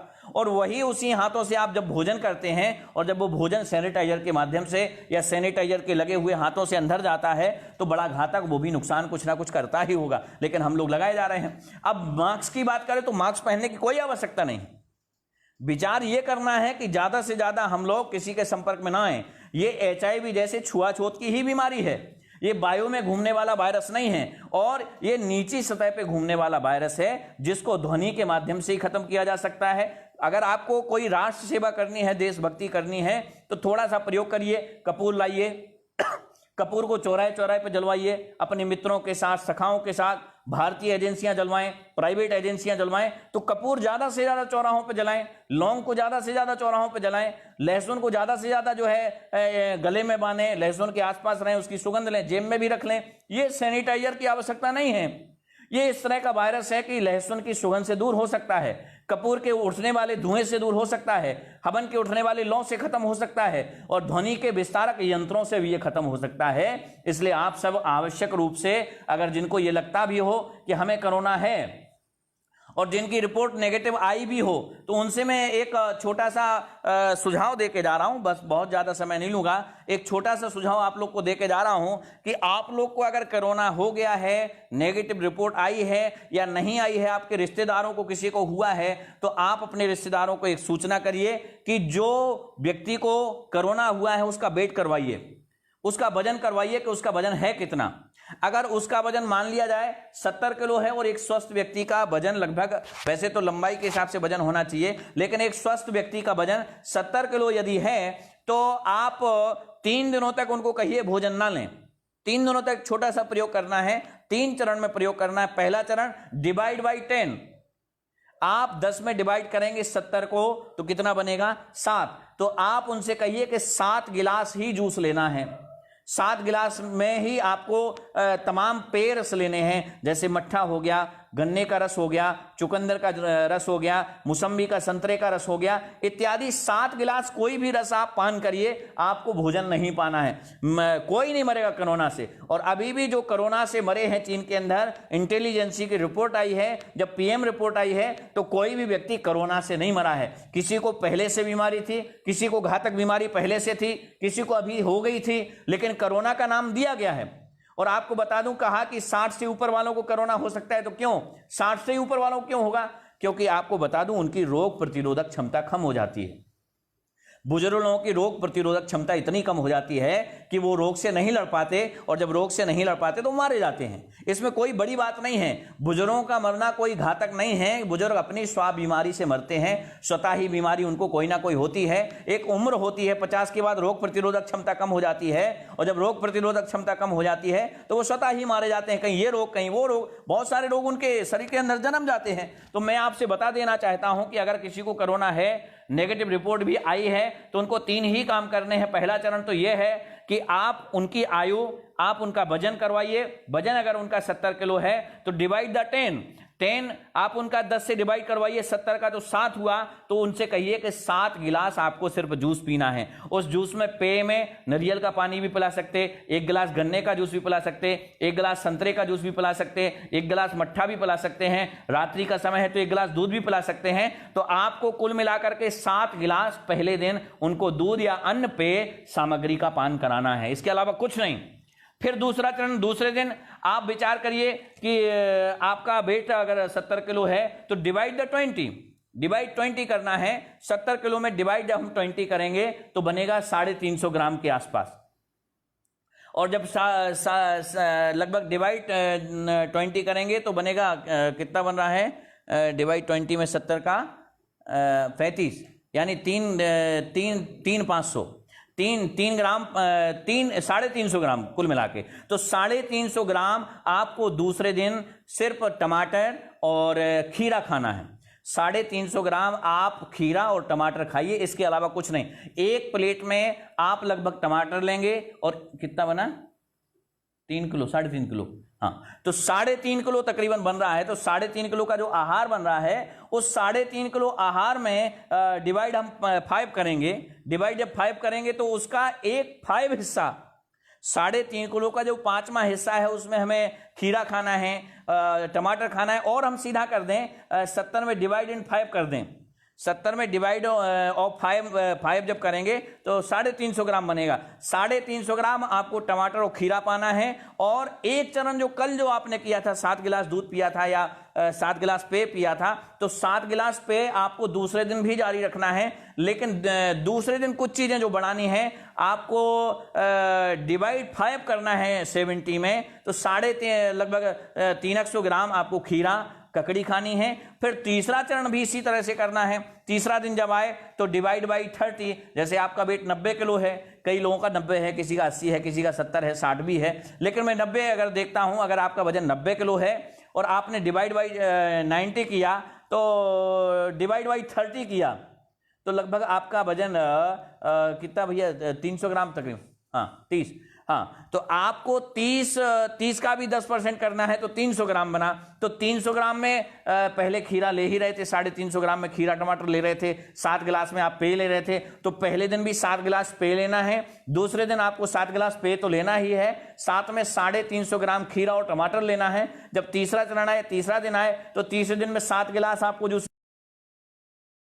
आपको टमाटर और खीरा खाना ही है। लेकिन एक जो नई चीज करनी है, वो नई चीज ये है कि आपको 12 बजे तक, अगर आपका वेट तकरीबन 70 किलो है और डिवाइड उसमें हमने 10 किया, तो डिवाइड 70 का 10 लगभग 7 किलो, तो 7 किलो का भी 10%, तो 7 किलो का 10% हुआ 700 ग्राम। तकरीबन 700 ग्राम आपको फल अतिरिक्त लेना है 12 बजे तक। आप तीसरे दिन 700 ग्राम फल लीजिए, पपीता भी हो सकता है, अंगूर भी हो सकता है। और जिनको डायबिटीज की समस्या हो वो ज्यादा से ज्यादा मीठा फल लें, जिनको डायबिटीज हो ज्यादा से ज्यादा पपीता खाएं, जिनको डायबिटीज की समस्या वो ज्यादा से ज्यादा अंगूर खाएं, उनका डायबिटीज ठीक होगा। कब आपका डिवाइड 10 करेंगे, जब हम 7 किलो में पहले 70 किलो का डिवाइड 10 किया, किलो का डिवाइड 10 किया तो बना 700 ग्राम। तो आप 700 ग्राम फल पाइए, 700 ग्राम फल का सेवन करिए। 700 ग्राम तक अगर आप फल खा रहे हैं तो ये खाना हो गया। लेकिन 700 ग्राम से ऊपर जो भी आप फल खाएंगे वो औषधि बन गया, वो दवा बन गई, और 3 दिन के अंदर आपका कोरोना ठीक हो जाएगा। तो आपको फिर से बता देता हूं, पहला अगर आपका कोई रिश्तेदार या जान संपर्क वाला बीमार है जिसको कोरोना के नेगेटिव लक्षण पाए गए हैं, नेगेटिव रिपोर्ट आई है, तो उनसे कहिए सबसे पहला अपना वेट बताएं। उनका वेट अगर 70 किलो है तो डिवाइड 10 करिए, डिवाइड 10 करेंगे तो बनेगा लगभग 7 किलो। 7 किलो का डिवाइड करेंगे तो बनेगा 700 ग्राम, और 700 ग्राम लगभग आपको पेय पीना है, या 7 गिलास पेय पीना है तो मट्ठा पी सकते हैं, दूध पी सकते हैं, आप जो है संतरे का रस पी सकते हैं, गन्ने का रस पी सकते हैं, और नारियल का रस पी सकते हैं। इस तरह से मुसब्बी का जूस पी सकते हैं और चुकंदर का जूस पी सकते हैं। तो आप 7 गिलास पेय उस व्यक्ति को पहले चरण में, पहले दिन में पिलाइए। पहला चरण कि आपको 70 डिवाइड 10 करना है, तो 7 हुआ, 7 गिलास आपको जूस पीना है। 7 गिलास जब जूस पीना है तो उसमें कई प्रकार के जूस हो सकते हैं। रात्रि के समय दूध पी सकते हैं, दोपहर के समय मट्ठा पी सकते हैं, ये बीमार व्यक्ति के लिए। फिर दूसरा चरण यानी दूसरे दिन भी यही करना है कि आपका वेट 70 किलो है, उसका डिवाइड 10 किया तो बना 7 किलो, तो 7 किलो का भी डिवाइड करना है तो बना 700 ग्राम। तो 700 ग्राम में आपको 7 गिलास दूध या जूस जो कल पी रहे थे, 7 गिलास आप जो पी रहे थे, दूसरे दिन कुछ चीज बढ़ानी है तो 350 ग्राम आपको ककड़ी, जिसको हम खीरा कहते हैं, ककड़ी और टमाटर इसको पाना है। आप इसको दूसरे दिन पाएंगे, दूसरे चरण में पाएंगे। तीसरा चरण 7 गिलास पेय आपको पीना ही है। जो आप दूसरे दिन में ककड़ी खाए थे, टमाटर खाए थे, वो खाना ही है। लेकिन तीसरे दिन जो नया करना है वो ये है कि आप लगभग 700 ग्राम किसी फल का सेवन करेंगे, जो लंच से पहले करना है, प्रातः करना है। पपीता भी पा सकते हैं, अंगूर भी पा सकते हैं। और 700 ग्राम यदि आपने पाया, 700 ग्राम अभी आपने सेवन किया तो वो भोजन है। लेकिन 700 ग्राम से ऊपर जितना भी आप पाएंगे वो औषधि बन जाएगा, वो दवा बन जाएगा। और पक्का मानिए, विश्वास करिए, आपका 3 दिन के अंदर कोरोना ठीक होगा। अब मैं एक बार नाम आप लोग के बोल देता हूं। लोकेश जी, मैं 90 किलो हूं, मुझे क्या खाना चाहिए? तो आप डिवाइड 10 करिए पहले दिन। डिवाइड 10 में आपका जो भी निकले उसमें उतने गिलास आप जूस, चुकंदर का जूस, मौसम्बी का जूस, संतरे का जूस, गन्ने का जूस, नारियल का पानी इत्यादि पी सकते हैं। दूसरे दिन में आप 350 या 400 ग्राम आप ककड़ी और टमाटर का सेवन कर सकते हैं। तीसरे दिन 7 गिलास जूस पीना ही है या पेय पीना ही है। और अंतिम दिवस में आपको 700 से 800 ग्राम फल पाने की आवश्यकता है। और फिर चौथे दिन या 5वें दिन से ठीक जैसे आप भोजन पाते थे वैसे ही पाएंगे। आप फिर रिपोर्ट करवाइए, फिर चेकिंग करवाइए, आपका जो रिपोर्ट आएगा वो नेगेटिव आएगा, पॉजिटिविटी खत्म हो जाएगी। प्रमोद गुप्ता जी, राहुल पंडित जी, ठाकुर संदीप जी, इसको मैथ का मास्टर, जय हो सरकार, पंडित सौरभ जी, करमवीर भारती जी, प्रियंका चतुर्वेदी जी, अजितेश द्विवेदी जी, करमवीर भारती जी, डॉक्टर प्रियंका गोयल जी, नरेंद्र साहू जी, अमित द्विवेदी जी, अजितेश द्विवेदी जी और अमित द्विवेदी जी, नव्या पंडित जी, ब्रजेश मिश्रा जी, करमवीर भारती, भूपेंद्र सिंह जी, शैलेश रिछारिया जी और हमारे राघव दास जी और एश यादव जी, दिनेश जी, तेजवीर जी शर्मा, उमेश पटसारिया जी, नितिन जैन जी, दिनेश दत्त रावल जी, चांदनी सोनकिया जी और ओंकार सिंह जी, अंकित जी, डॉक्टर कृष्णा जी और करमवीर जी लिख रहे हैं, आपको आपकी बहुत याद आती है गुरुजी, बहुत जल्दी आपसे मिलना होगा। जी बिल्कुल, बढ़िया आएंगे।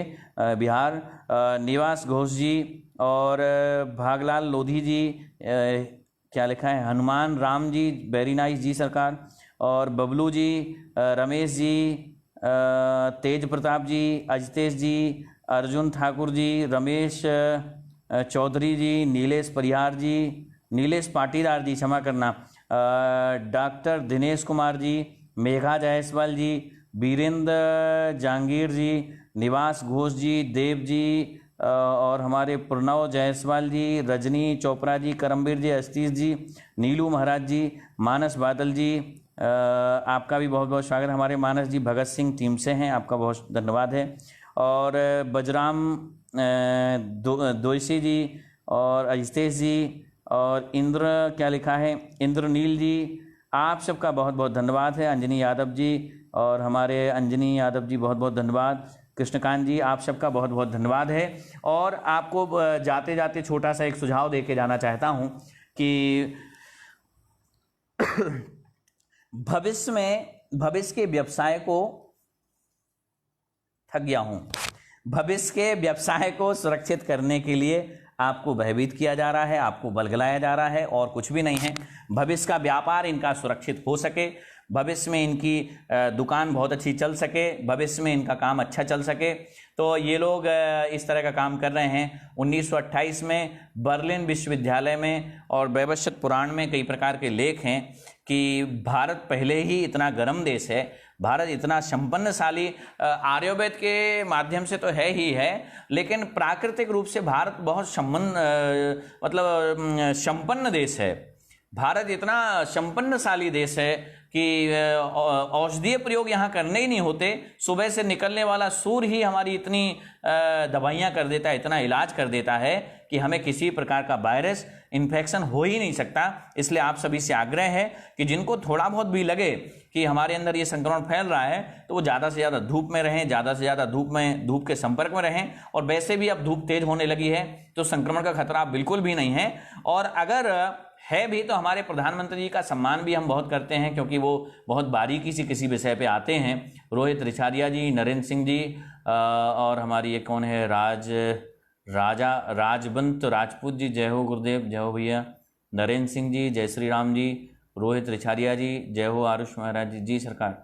और बहुत सारे लोग हैं जिनके हम नाम नहीं पढ़ पाते। बीरू पाठक जी, जय हो गुरुदेव। और हमारे सुशील कुमार जी, वंदे मातरम। एक बार जो अब शेष लोग हैं वो वंदे मातरम करें, वंदे मातरम जय श्री राम जरूर लिख देंगे। तो 1928 में बर्लिन विश्वविद्यालय ने कहा था कि भारत बहुत संपन्नशाली देश है, क्योंकि यहाँ का प्राकृतिक जो सौंदर्य है, यहाँ की जो प्राकृतिक सहयोग की भावना है, कल्पना है, तो सहयोग ये है कि हवाएं हमारे यहाँ मध्यम चलती हैं, सूर्य हमारे यहाँ स्थिर रहता है। 12 बजे का सूर्य तमाम प्रकार के बैक्टीरिया और वायरस को खत्म करता है। जो हम अभी करने वाले हैं या कर रहे हैं, तो इन 3 चीजों पर सुधार करना होगा हमें कल से ही। पहला कि सैनिटाइजर उपयोग ना करें।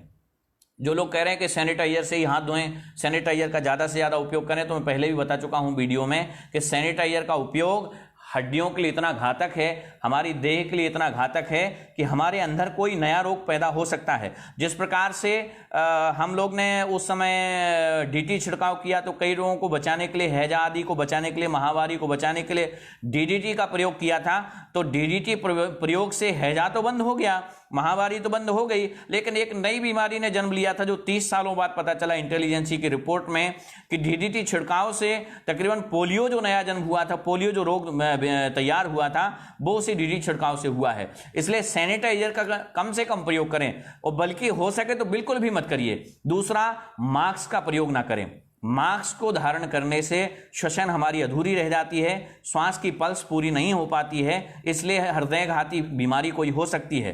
तो मास्क से अगर आप बैक्टीरिया से बचना चाहते हैं मास्क लगा करके, तो बैक्टीरिया इतना बारीक है कि जो आपको सूक्ष्मदर्शी से भी दिखाई नहीं दे रहा है, तो वो रोम छिद्रों से भी कहीं से भी प्रवेश कर सकता है। इसलिए सैनिटाइजर पहला प्रयोग नहीं करना है। दूसरा, मास्क नहीं लगाना है। मास्क लगाने से आपको श्वास लेने में समस्या बन सकती है, श्वास की पल्स पूरी नहीं जाएगी, और जब पल्स पूरी नहीं होगी तो आपको हृदयघाती बीमारी हो सकती है। और अगर मास्क आप अपने वायरस के बचाव से लगा रहे हैं कि कोई भी संक्रमण ना हो, कोई भी बीमारी ना हो, कोई भी जीवाणु कीटाणु अंदर ना पहुंचे, तो नासिका में आप ज़्यादा से ज़्यादा सरसों का तेल लगाइए। और नासिका में जब सरसों का तेल लगाएंगे तो कोई भी वायरस अगर उड़ेंगे भी, बैक्टीरिया उड़ेंगे भी, तो नासिका में वो चिपक जाएंगे और वहीं नष्ट हो जाएंगे।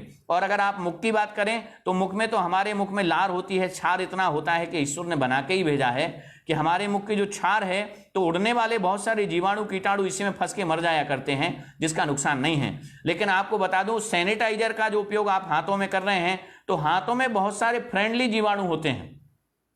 जो हाथों में आपने देखा कि हमारे कुछ ऐसे जीव हैं जो मित्र जीव हैं, तो हाथों में मित्र जीव भी पाए जाते हैं, ऐसा नहीं कि घातक जीव ही पाए जाते हैं। जो मित्र जीव हमारे हाथों में होते हैं तो सैनिटाइजर के प्रयोग से वो भी मारे जाते हैं। और जब मित्र जीव मर जाते हैं, जो कभी मिट्टी में भी हुआ करते थे, तो मिट्टी में हमारे बच्चे जब खेलते थे तो उनका मानसिक विकास बहुत होता था, क्योंकि मिट्टी में, धूल में बहुत सहयोगी जीव भी पाए जाते हैं, जिनसे आजकल हमने बच्चों को दूर कर रखा है। इसीलिए इस तरह की बीमारियां हर रोज हमारे भारत में विदेशों से भेजी जाती हैं। और ये बीमारियां नहीं हैं, दरअसल भविष्य के व्यापार को स्थापित करने के लिए कोरोना जैसा वायरस छोड़ा जा रहा है, ताकि हम उनकी डिफेंस किट खरीद लें, जो 12,000 से 13,000 करोड़ रुपए की है।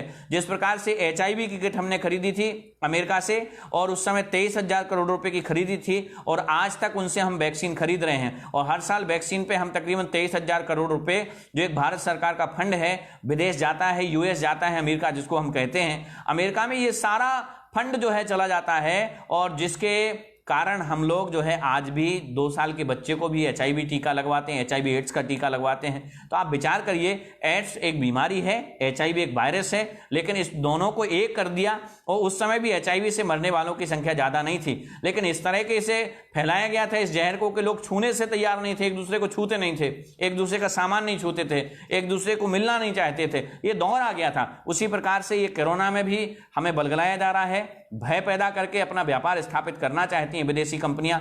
आपको क्यों नहीं बताया जाता कि 5 लाख से ज्यादा लोग टीबी में मारे जाते, 5 लाख से ज्यादा लोग टीबी और खांसी से मारे जाते हैं? क्यों? क्योंकि टीबी का व्यापार जम चुका है, टीबी का बाजार जम चुका है। तो उनको कोई आवश्यकता नहीं है, टीबी बाजार जब जम चुका है तो उनको बहुत व्यापार यहां से मिल रहा है। भारत विश्व का सबसे बड़ा बाजार है, और बड़े बाजार से कैसे सूद वसूला जाए, कैसे पैसा वसूला जाए, तो पहले भय पैदा करना होगा। और जब भय पैदा करेंगे, समस्या पैदा करेंगे, बाद में समाधान भी खुद देंगे। और हम लोग बड़े महंगे वैक्सीन खरीदेंगे, और भारत सरकार के कुछ नेता उसमें अपना हिस्सा लेंगे, और विदेशों में ये हमारे टैक्स का पैसा, हमारी मेहनत का पैसा ये विदेश भेज देंगे। तो पहला काम सैनिटाइजर का प्रयोग नहीं करना है। दूसरा काम मास्क नहीं पहनना है, क्योंकि जीवाणुओं के लिए अगर आप मास्क पहने हो, शुक्राणुओं के लिए मास्क पहने हो, बैक्टीरिया के लिए मास्क पहने हो, तो बहुत सारे बैक्टीरिया रोम छिद्रों से भी आपके अंदर जा सकते हैं, इसलिए मास्क की आवश्यकता नहीं है। तीसरा है कि आप लोग जो डिसइंफेक्टेंट जो छिड़काव हो रहे हैं, तो डिसइंफेक्टेंट जो छिड़काव है, तो इसके संज्ञान में ना आए, इसके दरमियान ना आए। भारत सरकार तो छिड़काव करेगी, उसका अपना काम है, बचाव के लिए सारे रास्ते अपनाएगी। तो आप प्रयास करें कि जब भी ये डिसइंफेक्टेंट दवा छिड़काव हो तो उससे दूर रहें। जिस प्रकार से DT के द्वारा एक नए पोलियो का जन्म हो गया, DT छिड़काव महामारी के बचाव के लिए किया गया था, लेकिन नुकसान हुआ पोलियो के रूप में। उसी प्रकार से डिसइंफेक्टेंट जो ये छिड़काव हो रहा है, ये हमारे लिए घातक होने ही वाला है। तो कहीं कोरोना से तो बच जाएं, लेकिन डिसइंफेक्टेंट से ना बच पाएं, सैनिटाइजर से ना बच पाएं, मास्क से ना बच पाएं, तो आप मूल रूप से प्रातःकाल कपूर को घर घर जलाइए, अपना ब्रह्म आहुति करिए। सुबह से प्रातःकाल जाग करके लौंग है, लवंग है, इत्यादि है, जायफल है, और जौ है, चना है, जौ है, जौ के अलावा चावल है, चीनी है, और जो साकल हम लोग जिसको कहें बनाते हैं घरों में, तो साकल से छोटे से लेके बड़े बच्चे और बूढ़े बुजुर्ग, माताएं, बहनें, सब जो है हवन करें प्रातःकाल जाग करके। और ज़्यादा से ज़्यादा जो सामाजिक लोग हैं, सामाजिक जो संस्थाएं हैं, राजकीय जो संस्थाएं हैं, ये चाहें तो कपूर को चौराहे चौराहे पर जलाएं, घर घर जाके जलाएं, और मोहल्ले में जाकर के जलाएं। और जो कहा गया कि ज़्यादा से ज़्यादा लोग इकट्ठे ना हो, तो 2 लोग भी निकल करके कपूर ज़्यादा से ज़्यादा रास्तों में जलाएंगे, तो इससे भी वायरस जो है, जो नीची सतह पे घूमने वाला वायरस है, जिसको हम कोरोना समझ रहे हैं, तो ये वायरस हमारे शरीर में बुखार के माध्यम से कभी ना कभी आया ही होगा। तो इतना घातक नहीं है। जिस प्रकार से बुखार में 1000 लोगों में से 1 व्यक्ति मरता है, उसी प्रकार से कोरोना में भी 1000 में से 1 और आधा व्यक्ति ही मरेगा, इसलिए ज़्यादा घबराने की बात नहीं है। और मैं जनता कर्फ्यू का बहुत स्वागत करता हूं। अजितेश जी लिख रहे हैं जनता कर्फ्यू महाराज जी। जी बिल्कुल, जनता कर्फ्यू जो आज एक लाभ हुआ कि नहीं हुआ इसका तो नहीं पता हमें, जनता को कितना लाभ हुआ इसका भी हमें नहीं पता, लेकिन जो हमारे कोरोना के निर्माता हैं, तो कोरोना के निर्माता कैरी मलिस के द्वारा आज देश एक हो गया है। देश ने माना कि आज हम पुराने दौर में लौट गए हैं, हमारा देश आज एक होने को है। तो तो मैं बहुत बहुत वंदन करता हूं राष्ट्र के प्रधानमंत्री का, जिन्होंने एक आवाज लगाई और सारा देश जो है इकट्ठा हो गया, जनता कर्फ्यू का पालन किया। मैं समझता हूं हमारे घर की माताएं बहनें तो जनता कर्फ्यू का पालन करती हैं, क्योंकि 80% माताएं हमारे घरों से पहले भी नहीं निकलती थीं और आज भी नहीं निकलती हैं। लेकिन आज जो जनमानस ने पूरे देश को, मुझे लगता है ये आने वाली सदियां याद करेंगी, आने वाली सदियों में इसको इतिहास के रूप में पढ़ाया जाएगा कि एक समय आया था जिस समय में 22 मार्च को सारा भारत बंद रहा। ये इतिहास बनने वाला है, क्योंकि आज तक की दिशा में और दशा में ऐसा कभी हुआ नहीं शायद कि सारा देश बंद रहा हो और सारा देश एक साथ बंद रहा हो। ऐसा तो शायद मुझे नहीं लगा कभी हुआ है। तो मैं समझता हूं सारा देश आज बंद हुआ, इसके लिए राष्ट्र के प्रधानमंत्री की नेतृत्व क्षमता और उनकी मंशा, उनकी साफ सुथरी मंशा को देश ने समझा, साफ सुथरी मंशा को देश ने स्वीकार किया। और कोरोना था या नहीं था, मुझे एक छोटा सा वाक्य याद आता है। एक जंगल में चिल्लाया करते थे लोग, वहां शेर है, वहां शेर है, वहां शेर है, लाठी लेके जाना चाहिए।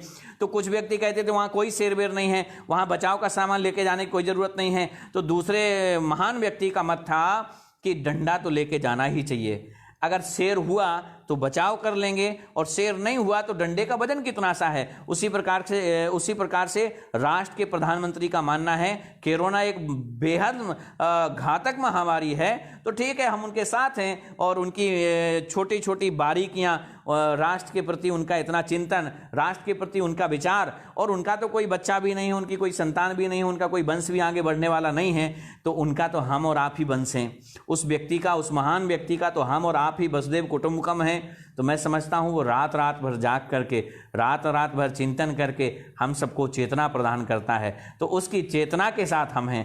मुझे नहीं पता कोरोना इतना घातक है कि नहीं, लेकिन राष्ट्र का प्रधानमंत्री, हमारे देश का राजा कह रहा है कि हम सबको थोड़ा थोड़ा सहयोग करना चाहिए। और वो आदेश नहीं कर रहा, वो आग्रह कर रहा है, इसलिए हम उसके आग्रह को स्वीकार करते हैं और सिरोधर करते हैं। और आप सबका भी बहुत बहुत धन्यवाद, साधुवाद करते हैं कि आप सबने भी उस पावन और ऐसे राष्ट्र के प्रधानमंत्री की बात को सिरोधर किया। और करने लायक भी है, वो व्यक्ति फकीर है, उस फकीर का बार बार वंदन करते हैं। जब हमारे राष्ट्र को ऐसे फकीर मिलते हैं, ऐसे सेवक मिलते हैं, तो राष्ट्र की मां भारत माता भी प्रसन्न होती है, राष्ट्र की प्रकृति भी प्रसन्न होती है। और उसके राष्ट्र नेतृत्व से लेकर आज तक ऐसी कोई भी घातक बीमारी हुई नहीं है और अब होगी भी नहीं, क्योंकि राष्ट्र का राजा अच्छा हो तो ईश्वर भी प्रसन्न होता है, ईश्वर भी आशीष देता है। और उस राष्ट्र के प्रधानमंत्री को बहुत बहुत धन्यवाद है जिसने वो पुराना दौर याद करा दिया। मैं एक 4 पंक्तियां रखना चाहूँगा जनता कर्फ्यू के ऊपर, जो पुरानी पंक्तियां, किसी मुझे शायर का नाम तो याद नहीं है,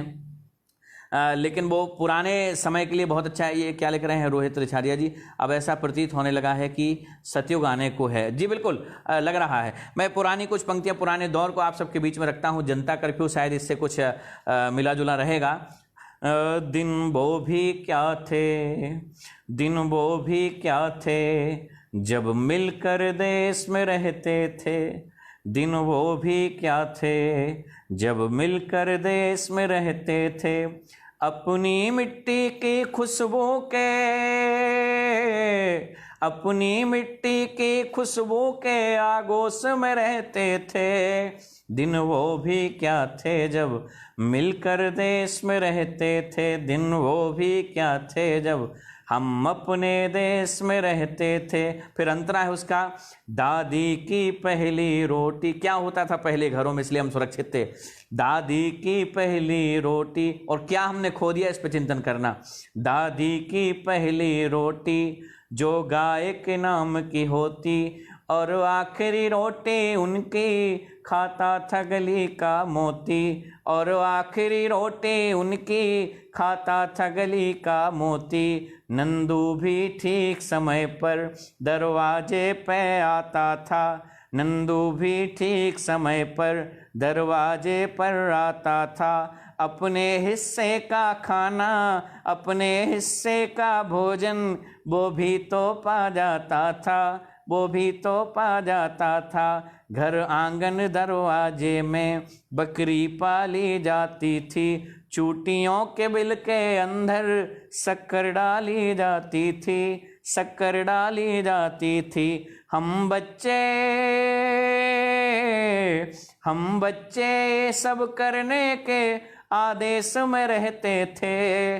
दिन वो भी क्या थे जब मिलकर देश में रहते थे।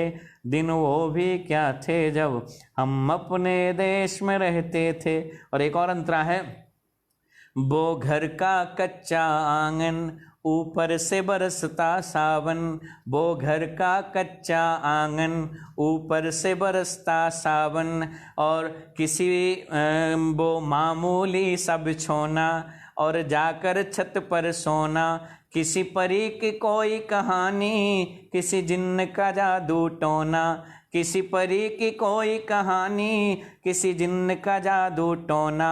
दादी की कहानी वाले किरदारों में खो जाना। और ना जाने कब चुपके से सुनते सुनते सो जाना। सुनते सुनते सो जाना। अब आगे जाने क्या होगा, अब आगे जाने क्या होगा। पशु पेश में रहते हैं। दिन वो भी क्या थे जब मिलकर देश में रहते थे। दिन वो भी क्या थे जब हम अपने देश में रहते थे। एक अंतिम अंतरा, वो एक कौआ काऊ काऊ, ये सबके साथ हुआ होगा। एक कौआ काऊ काऊ कह के तो चला जाता था। एक कौआ काऊ काऊ कह के तो चला जाता था। मेहमान आएगा कोई ये बात बता जाता था। ये बात बता जाता था। एक कौआ काऊ काऊ कह के तो चला जाता था। मेहमान आएगा कोई ये बात बता जाता था। ये बात बता जाता था। रातों को सभी दरवाजे गाँव में खुले रहते थे। रातों को सभी दरवाजे गाँव में खुले रहते थे। टूटी साइकिल थी लेकिन दिल सबसे जुड़े रहते थे। दिल सबसे जुड़े रहते थे। उन दिनों में माना सबके सबके घर तो कच्चे थे। घर तो कच्चे थे लेकिन रिश्ते सारे पक्के थे। रिश्ते सारे पक्के थे। संत और साधु, संत और साधु संसद में नहीं ऋषिकेश में रहते थे। दिन वो भी क्या थे जब मिलके देश में रहते थे। दिन वो भी क्या थे जब मिलके देश में रहते थे। दिन वो भी क्या थे जब हम अपने देश में रहते थे। बहुत बहुत धन्यवाद, बहुत बहुत साधुवाद। आज 500-550 लोग जो सुन रहे थे उनका बहुत बहुत धन्यवाद है। हम अपने व्यूवर्स और अपने चाहने वालों को अब बहुत ख्याल रखते हैं। और बहुत सारे लोग जो हमसे कहते हैं आप लगातार लाइव नहीं आ पाते, तो हर समय हम यात्रा में रहते हैं, राष्ट्र काज में लगे हैं, देश के काज में लगे हैं। आगे से हम प्रयास करेंगे हर रविवार आप सबके बीच लाइव आएंगे। तो कोरोना डरने का विषय नहीं है, कोरोना से लड़ने का समय है। कोरोना इतना घातक नहीं है जितनी अन्य बीमारियां हैं। और ये भविष्य के व्यवसाय को सुरक्षित करने के लिए कोरोना फैलाया जा रहा है और कोई कारण नहीं है। अजितेश जी, जय हो महाराज जी, आपको बहुत बहुत धन्यवाद। करमवीर जी, कुछ पतंगी शहीदों के लिए भी होना चाहिए गुरु जी, अगली बार होगा। दिल को छू गया महाराज जी, बिल्कुल। और एक हमारे सुमेर सिंह जी, वेरी नाइस जी भैया। सुरेंद्र रावत जी, पंडित जी महाराज जी प्रणाम, बहुत खूब। अजितेश जी बहुत सुंदर। सुशील कुमार जी लिख रहे हैं लाजवाब जी, बिल्कुल। करमवीर जी जय श्री राम। सत्येंद्र जी, प्रवीण जी, रोहित जी, अब ऐसा प्रतीक होने लगा है कि सतयुग आ रहा है जी, बिल्कुल आएगा ही। आप सबका सहयोग रहा तो एक दिन फिर से ये भारत विश्व गुरु बनेगा और ये भारत विश्व गुरु बनने की दशा में है। तो आप सबका बहुत बहुत धन्यवाद है, बहुत बहुत साधुवाद है। तो मैं अगले विषय के लिए आऊँ। दिन वो भी क्या थे जब हम भी बच्चे थे। जी करमवीर जी, अगला बच्चे तो थे। एक और बंदे, वो प्रमोद तिवारी जी का कवि ने लिखा है। प्रमोद तिवारी एक बहुत अच्छे कवि थे, एक्सीडेंट में मारे गए थे। तो उन्होंने शायद लिखा था, मुझे ठीक से याद तो नहीं आ रहा, लेकिन एक दो बंद होंगे। जब उन्होंने पुराने दौर के लिए लिखा था, क्या था मुझे ठीक से स्मरण है नहीं।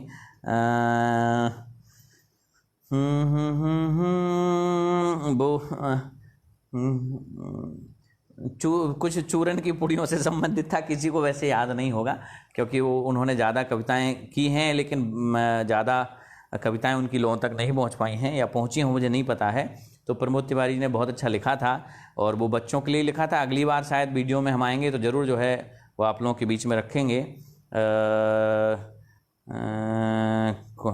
हाँ, याद बहुत आते हैं गुड्डे गुड़ियों वाले दिन, याद बहुत आते हैं गुड्डे गुड़ियों वाले दिन, 2 पैसे में 2 चूरन की पुड़ियों वाले दिन, याद बहुत आते हैं गुड्डे गुड़ियों वाले दिन, 2 पैसे में 2 चूरन की पुड़ियों वाले दिन, पोथी बुध का और दवा चौघड़ियों वाले दिन, 2 पैसे में 2 चूरन की पुड़ियों वाले दिन, याद बहुत आते हैं गुड्डे गुड़ियों वाले दिन।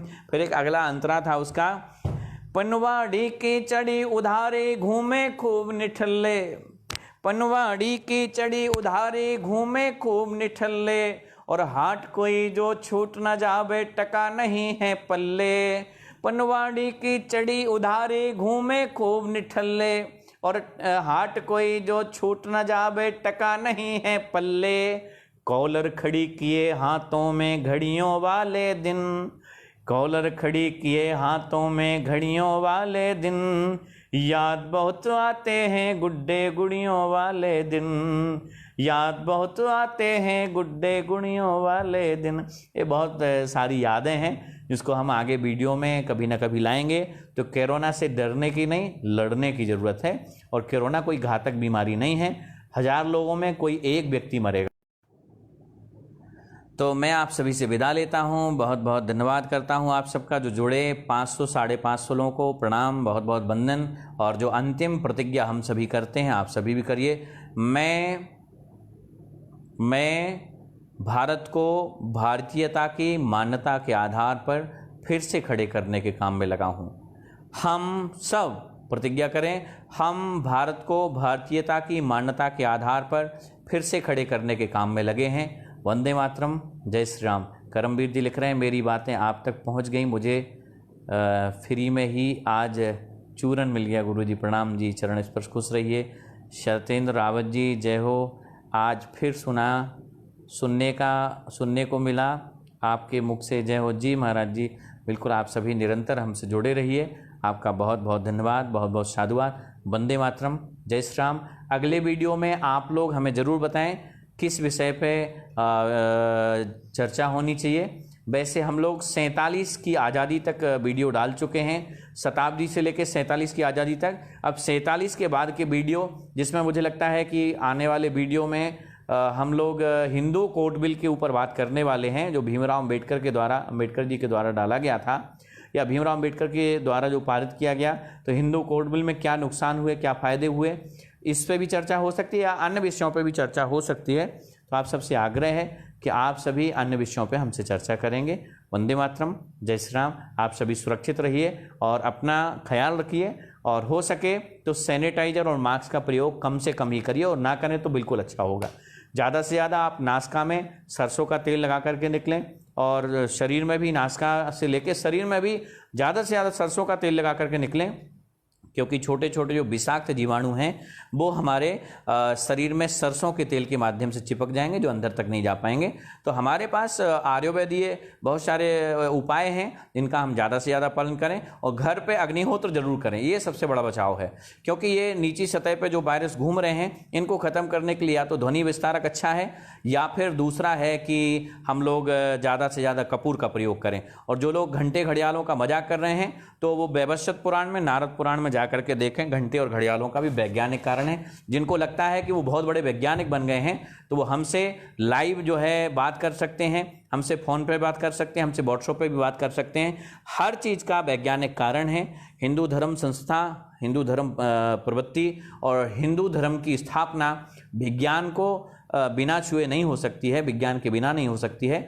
तो हर हमारे रिवाज में विज्ञान का होना बहुत आवश्यक है, और विज्ञान है ही। इसलिए आप सभी लोग बिल्कुल निश्चिंत होकर हमारे हिंदू धर्म से जुड़े हुए जितने भी नियम हैं उनकी साधना करिए, उनका पालन करिए और सुरक्षित रहिए। वंदे मातरम, जय श्री राम।